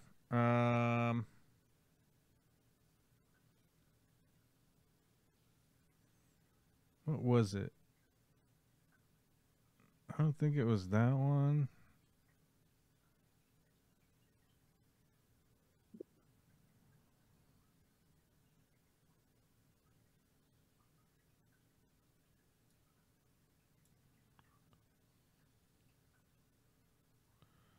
Which one was it? Well, I don't know which one it was now. I don't see it in Costa Rica, so maybe you just made it up. No, I'm just kidding. I don't see it, but either way, it was a documentary on a guy who essentially created a whole butterfly sanctuary and preserve, and they've made it into a national reserve in Costa Rica, and it was because the husband was like replanting some native plants, and then he saw butterfly eggs on some of the plants. And so he took the butterfly eggs off of it, and they were, and then he was hatching the butterflies, just like he was just being like a caretaker of what was around him. And then because he was hatching the butterflies, he sort of just became like, oh, okay, well, I guess I'll just keep hatching the butterflies, because apparently they need help. Well, they need help hatching. Apparently they only have like a 20% survival rate to get to chrysalis and then hatch into a butterfly. And because of the clear cutting that was going on in the 70s in Costa Rica, this guy was like sort of hippie nativist, like trying to save the forest guy. And he was like, oh, well, I'm just going to keep hatching these butterflies then. He was like a poor guy, and he was just doing that. And it turns out over the years, he was getting more and more orders for these blue butterflies. And so he was, and then he started exporting them because people were ordering them from him. So people found out he had them, and then he started exporting them to the States. And because he had customers in the States, he was able to like sell them at a good price and then buy a little bit more land. It's Costa Rica land. It's not top dollar kind of stuff.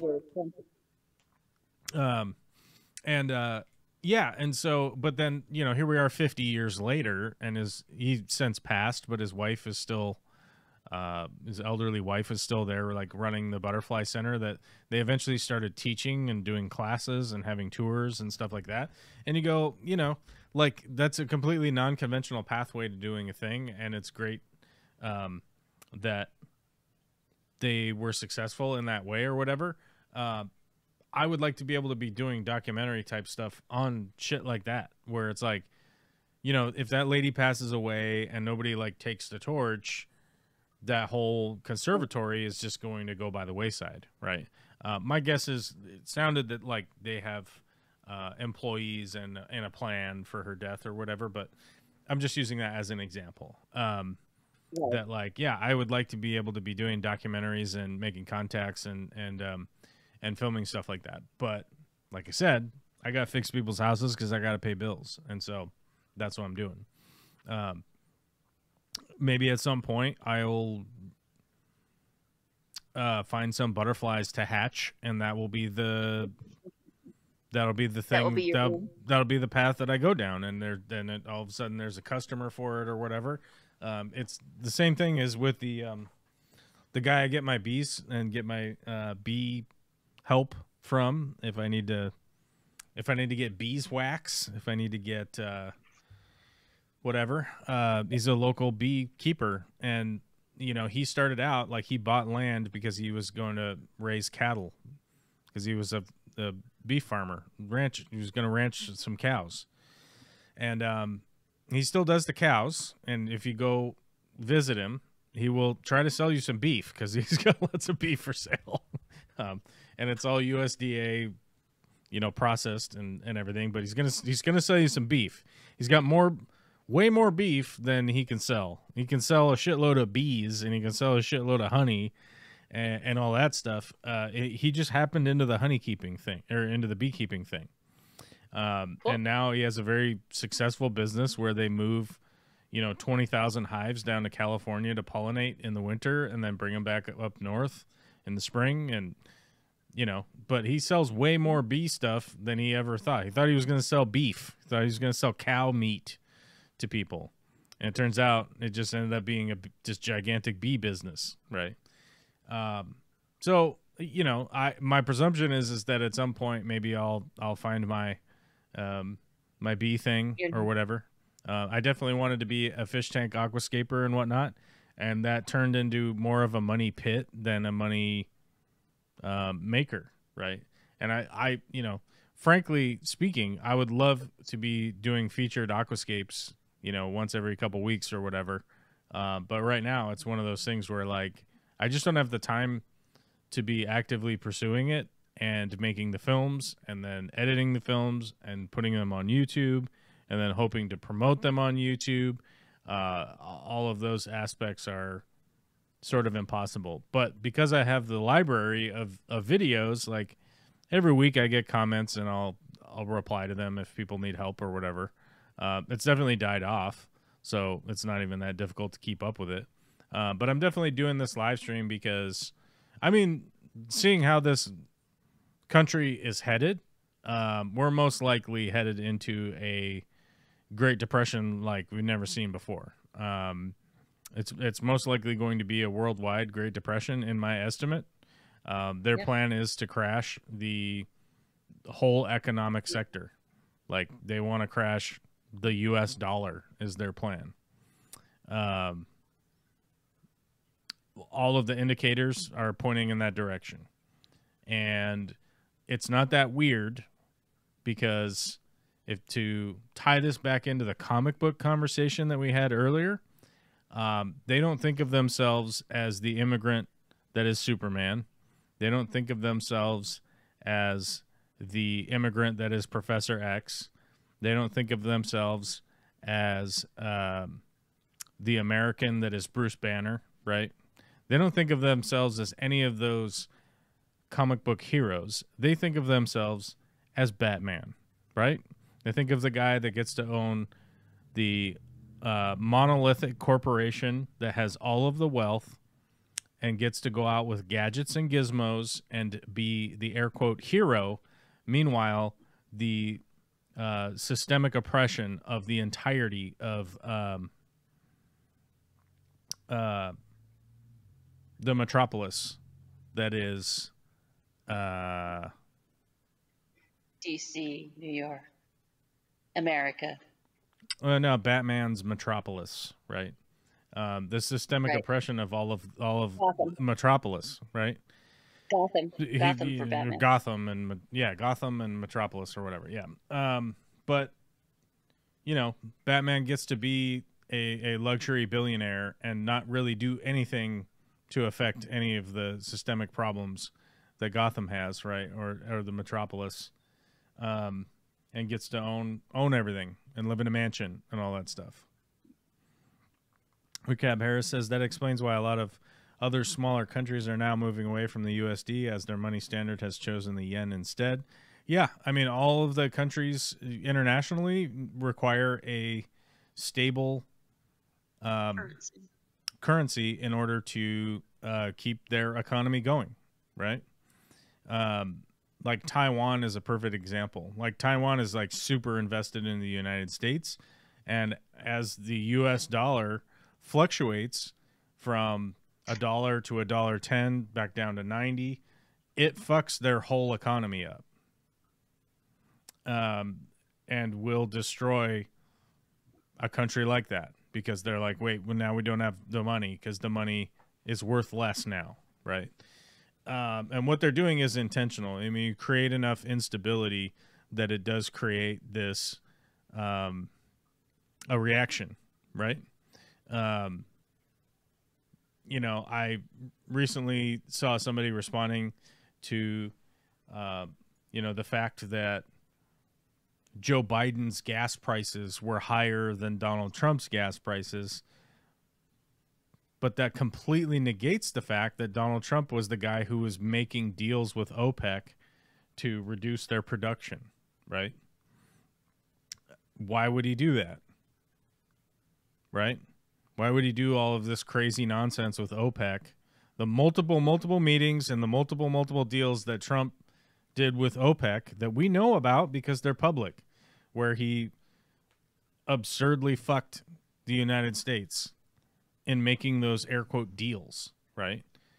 But if you look a little bit under the cover and you start to realize that, like, wait a minute, if you're Donald Trump, you have the ability to go make these crazy deals that create insolvency in the U.S. market, right? And if you create insolvency in the U.S. market, what happens? Those businesses go out of business. And if you create those businesses going out of business, that doesn't get rid of the demand for said thing that the business was doing. It just eliminates that business from operating. And if you're attempting to be an authoritarian a dictator who has access to all of this imaginary money in Trump coin and whatnot, well, if those businesses go out, guess who's buying them? And who's going to stop them when you have $170 billion worth of fucking SS soldiers at your disposal, which they're, like I said, they are currently testing right now in Washington, D.C. to see what the American public will do under martial law. There is a fucking curfew in D.C. right now. Do you understand? Do people understand that there is a curfew for adults in D.C.? In Washington, D.C., there is a curfew in place right now. You are told by the government to go home and go to bed. Yep. Right? You're on timeout. Because For no reason. this fucking supposed story about Big Balls, one of the Doge freaks, he supposedly got jumped by a bunch of thugs, and so this is the reaction, which is just absurdly fucking made up bullshit nonsense. It's not even true. There's no way that it's fucking true. And that supposedly crime is up. And I can tell you, I went to DC recently. We went to DC, what, 3-4 months ago? I can tell you, pardon me?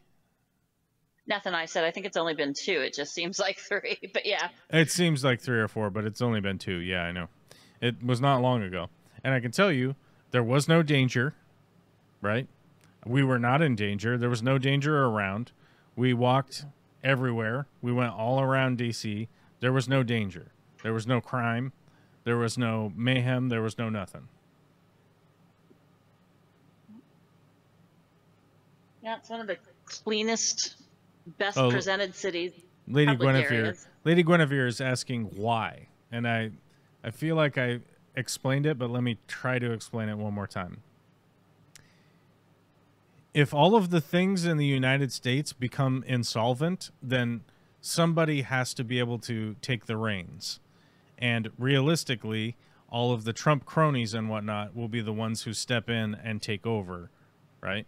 They want to take over, and you can't take over if rule of law exists, right? If rule of law exists and you must, say, purchase a company with money, right? You're not allowed to do that because if rule of law exists, you have to give them money to do it. And if you don't have the money to do it, you can't buy it. If the money stops working and stops existing and the overall chaos level is so high, you can step in and seize control. That's the point. If the chaos is so high that, for instance, the 1.5 million people that are in the U.S. military, their only option is to continue being in the U.S. military, and they don't have an option to just leave the U.S. military because guess what they need? Food, water, right? If those things start to no longer exist properly in our country, those military people will continue to push the boundary of what they consider to be legal or illegal. And if you want me to bring up examples, you could just look up at human history.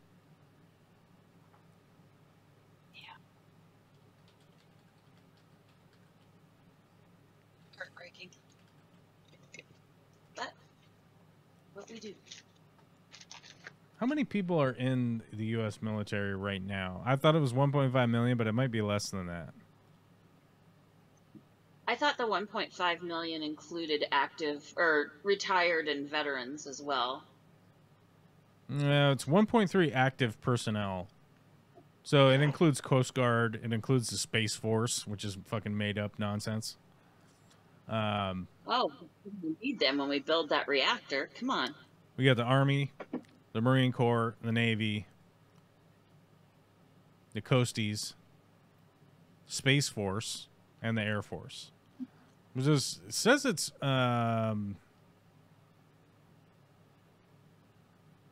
it says it's 1.3 million. Yeah, I guess we're ranked third. That does make sense. Okay, so it is probably 1.3 million altogether.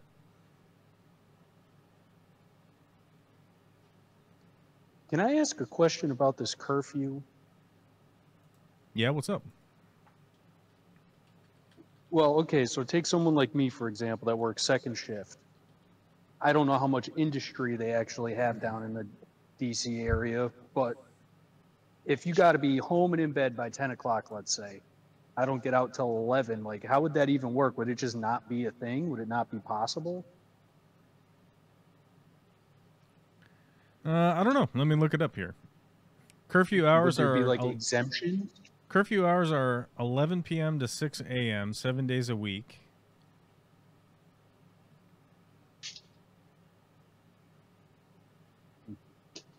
Oh, juvenile curfew zones. Any person age 17 and under gathering in a group of 9 or more youths in a public space or on the premises of any establishment within the perimeter of an extended juvenile curfew zone must leave the area unless engaged in certain exempted activities.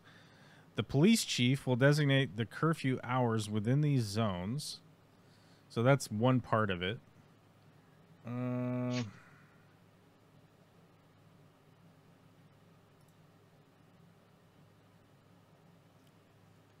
I mean, they want us to slave away anyway, so I'm sure they would probably make the exemption for working, but it's probably home with you, no stopping. I think the reality is, if you're driving on the freeway or whatever, right? I don't think that they would be able to.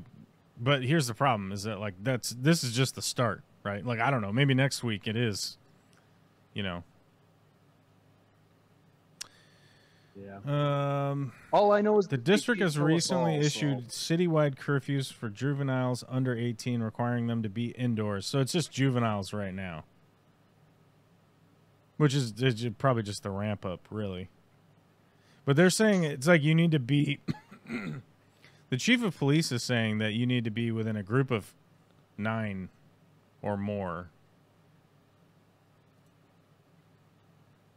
They're looking to normalize taking away Fourth Amendment rights. You're going to need to carry proof of who you are and why you're out and turn those over. And so it's a way of overcoming Fourth and Fifth Amendment rights and getting people used to it. Oh, well, if you just do what they tell you and show them your ID and your papers, then it's no biggie. So currently there is, so currently there's a curfew area on juveniles, and we're having a news conference tomorrow in the White House. I'm going to make our capital safer and more beautiful than it ever was before.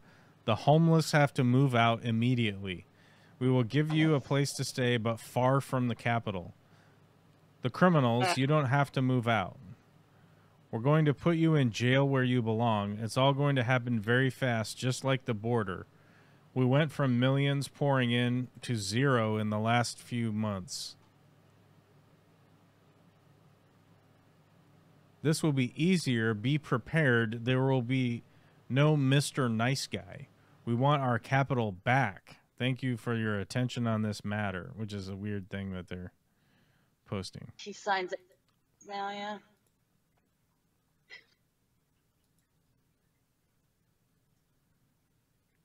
And like, here's the highlighted images that were posted in regards to that statement, which I just made. So it's like there's some tents here next to a temporary road sign in a park of some kind. Some tents here in the same park. So you got some tents set up, and there's like not even, area isn't even fucked up. It's like people just having to live in a tent. There's a guy, I mean, somebody is asleep out here. Is this a homeless person? Is this somebody who just laid down and wanted to take a nap? Like, the explanation in this image is very lacking. It's hard to even, I don't know. Somebody laid down and went to sleep. I don't understand how that's a problem. And then this last and final picture is some trash in an overpass on a road. So I'm guessing this trash must be associated with homeless people, I guess, even though this is just a road, and probably has more to do with people throwing shit out the fucking window, which I see every day on the goddamn freeway. Commuters just throw shit out the fucking window, which it boggles my mind, but either way. So the first step in the curfew is apparently a juvenile curfew and kicking the homeless out. So those seem to be the first 2 steps.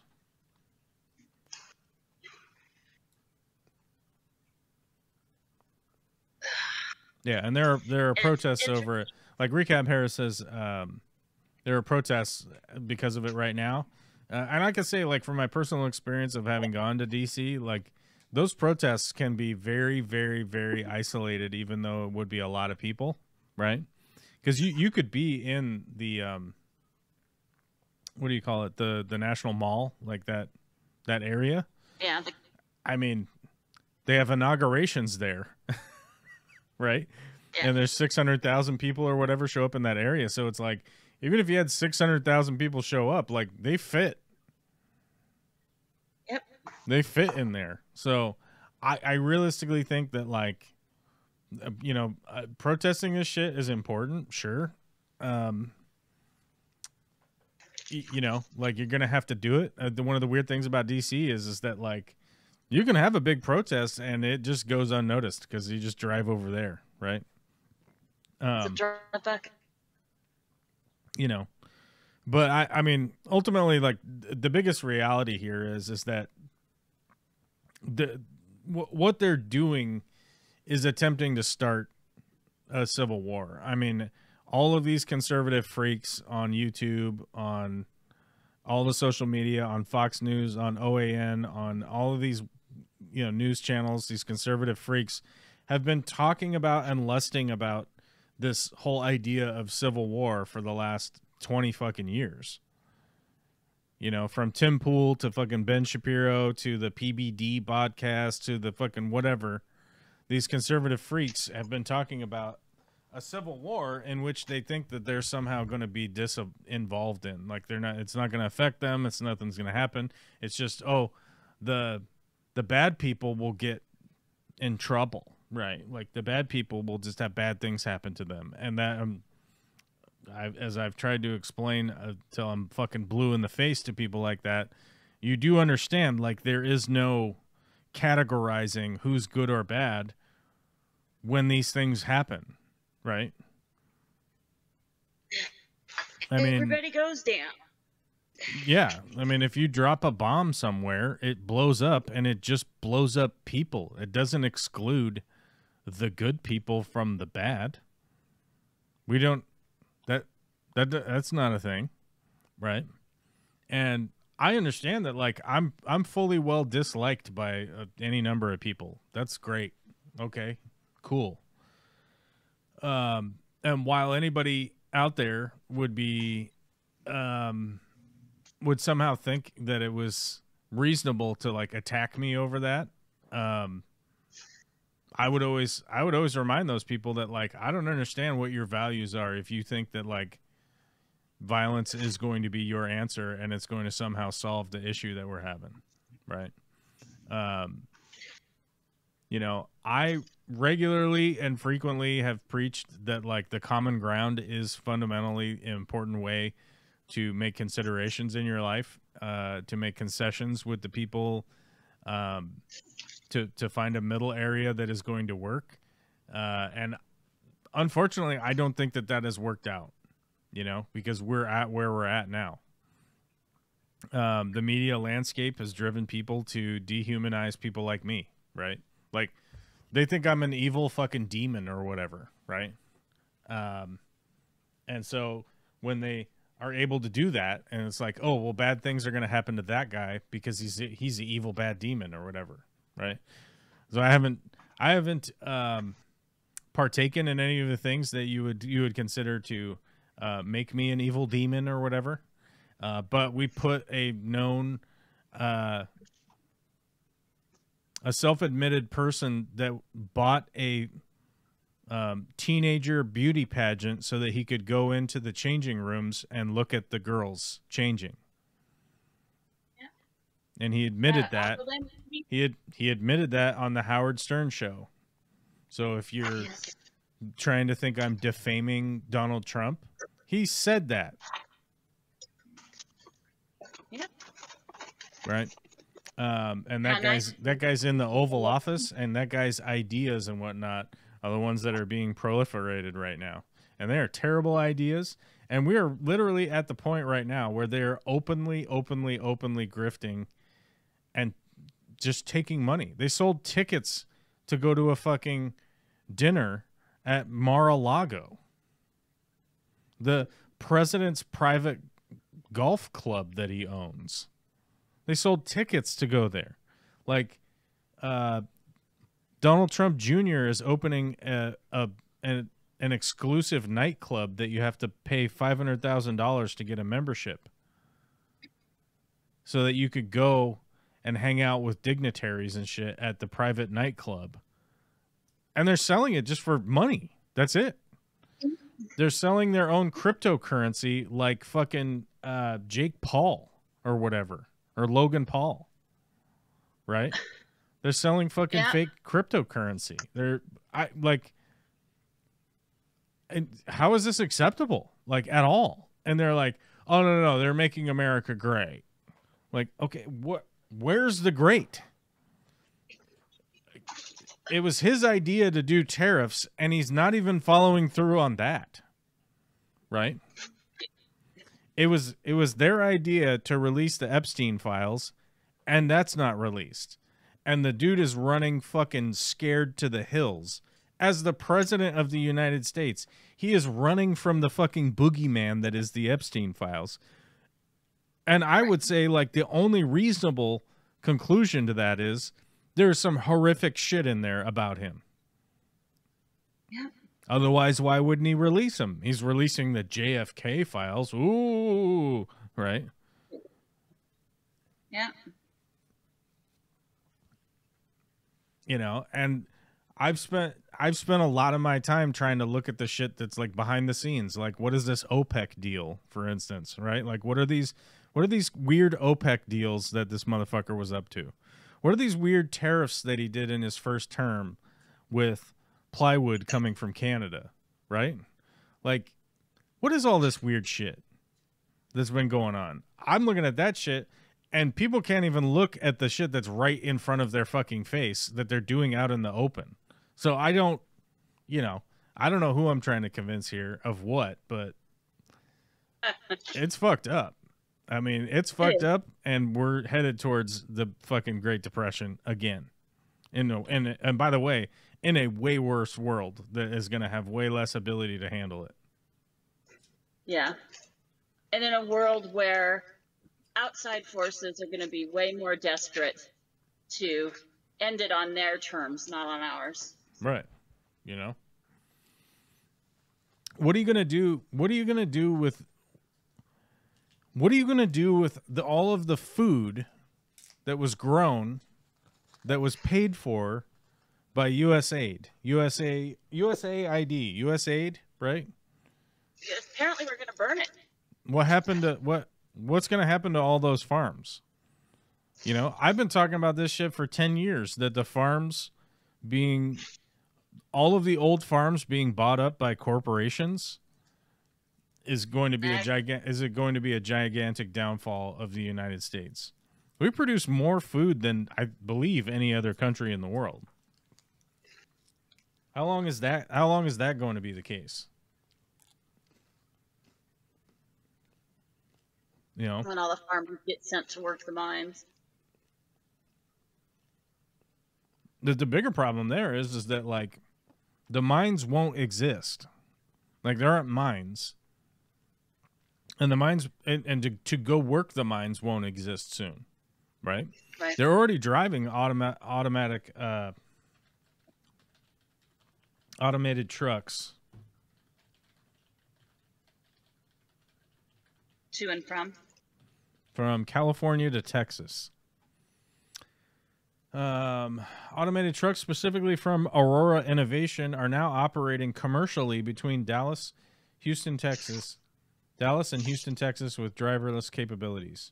These self-driving trucks, I thought they were going California. I'll have to look. There must be a different route that's going California to Texas. But Houston to Dallas, driverless trucks already exist on the roads currently right now.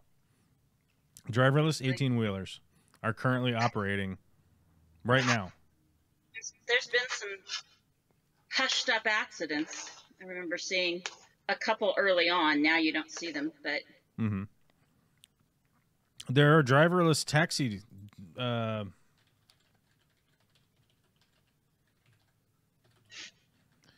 see. Driverless.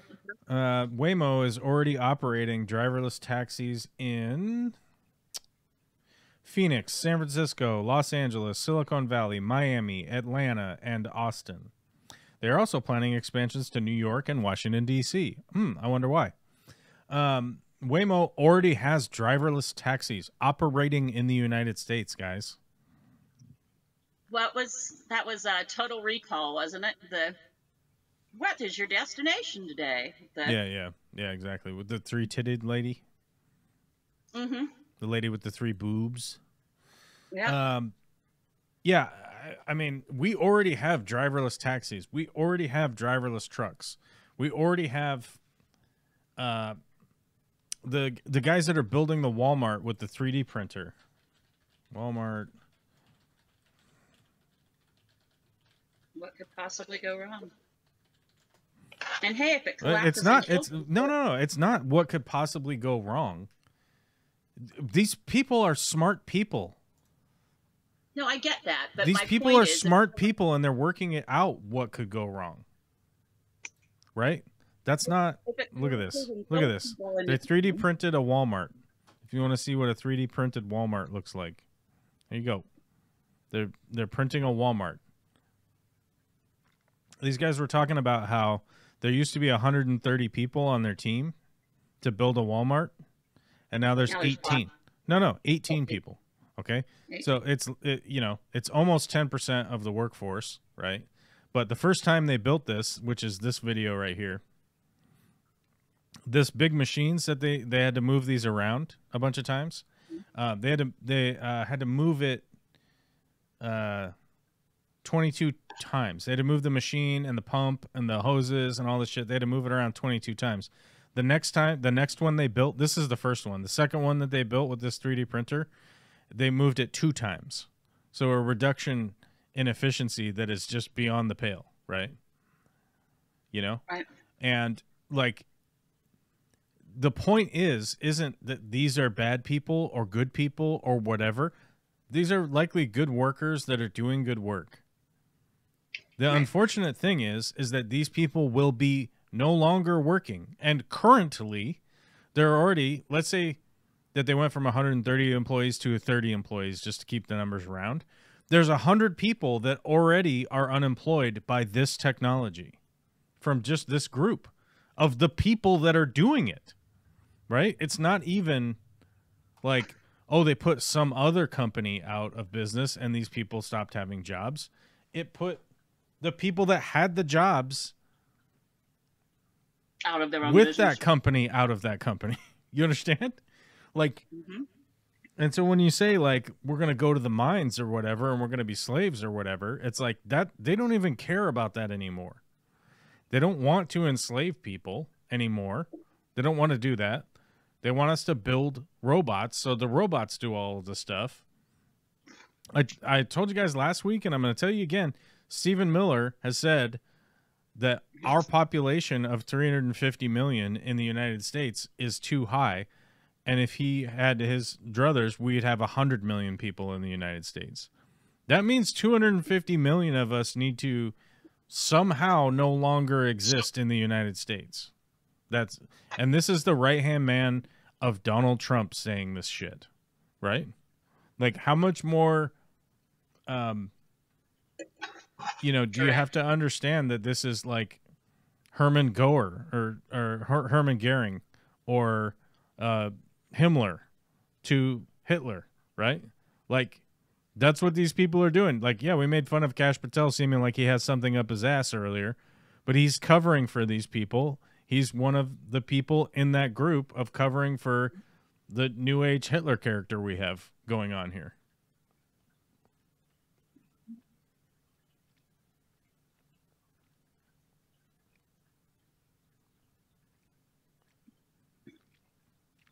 Oh, Alyssa's here. Entirely unrelated. I mostly wrapped up a small paver project just now. It's way too hot for me to be working in the sun.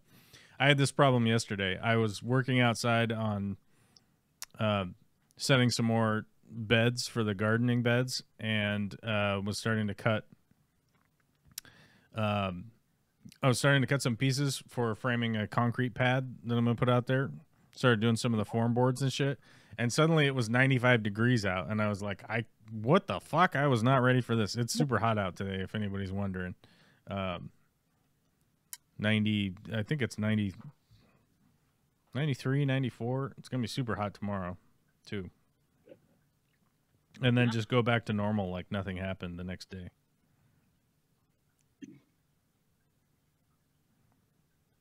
I would like it to do that now here. Yeah, it's currently 94. Tomorrow it'll be hotter. And then all of a sudden, Wednesday, Thursday, Friday are all like 72, 75. Just like right back to normal. I'm like, okay. It was just wicked hot yesterday. It was wicked hot, my guy.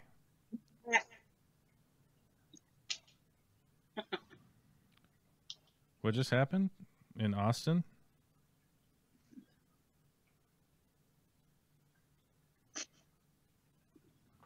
Hold on. Texas, where they're They are not allowed to take long showers right now. They have to meter their water so that I think it's Google's AI can get more power. 3 people are dead and a suspect in custody following a shooting outside of a Target in Austin, Texas on Monday. Officials received a call about shots fired at the Target location on Research Boulevard at 2:15 p.m. That's incredibly... by the way, I'm not trying to gloss over 3 unfortunate people being dead. That's terrible, but okay. I thought it was a much bigger deal. I guess I have to check in with my daughter, who's in Austin. The suspect, identified as 32-year-old male, stole a car from the Target parking lot and fled the scene. The person the suspect hijacked the car from is among those killed. After leaving the Target area, the suspect crashed a stolen vehicle and proceeded to steal another car from a car dealership, according to police. Austin police found the suspect in the southern area of the city after the suspect got out of the car and another person called police. It is unclear what led to that call, officials said. The suspect was taken into custody by police after being subdued by a taser. Must be a white guy. Why? Because of the taser? Oh, right. They didn't shoot to kill with deadly force. Got it. Yeah, Never mind. Didn't shoot him 49 times in his legs and eyes.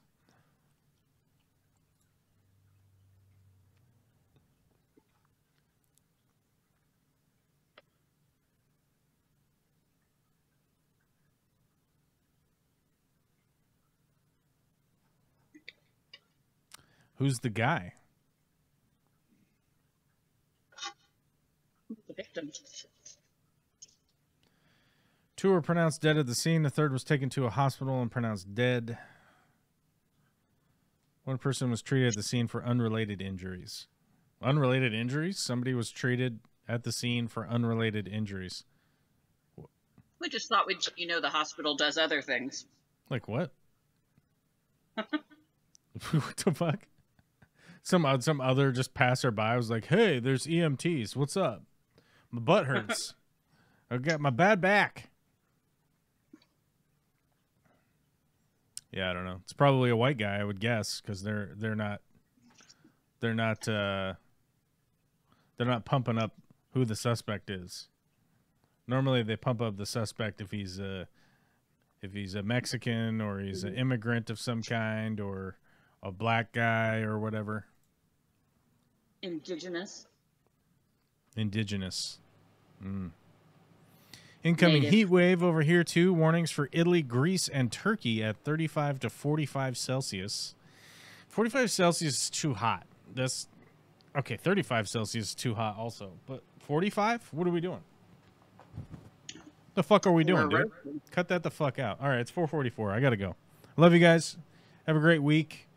You can always contact me on Discord or whatever. You'll figure it out. Bye, thanks. Bye.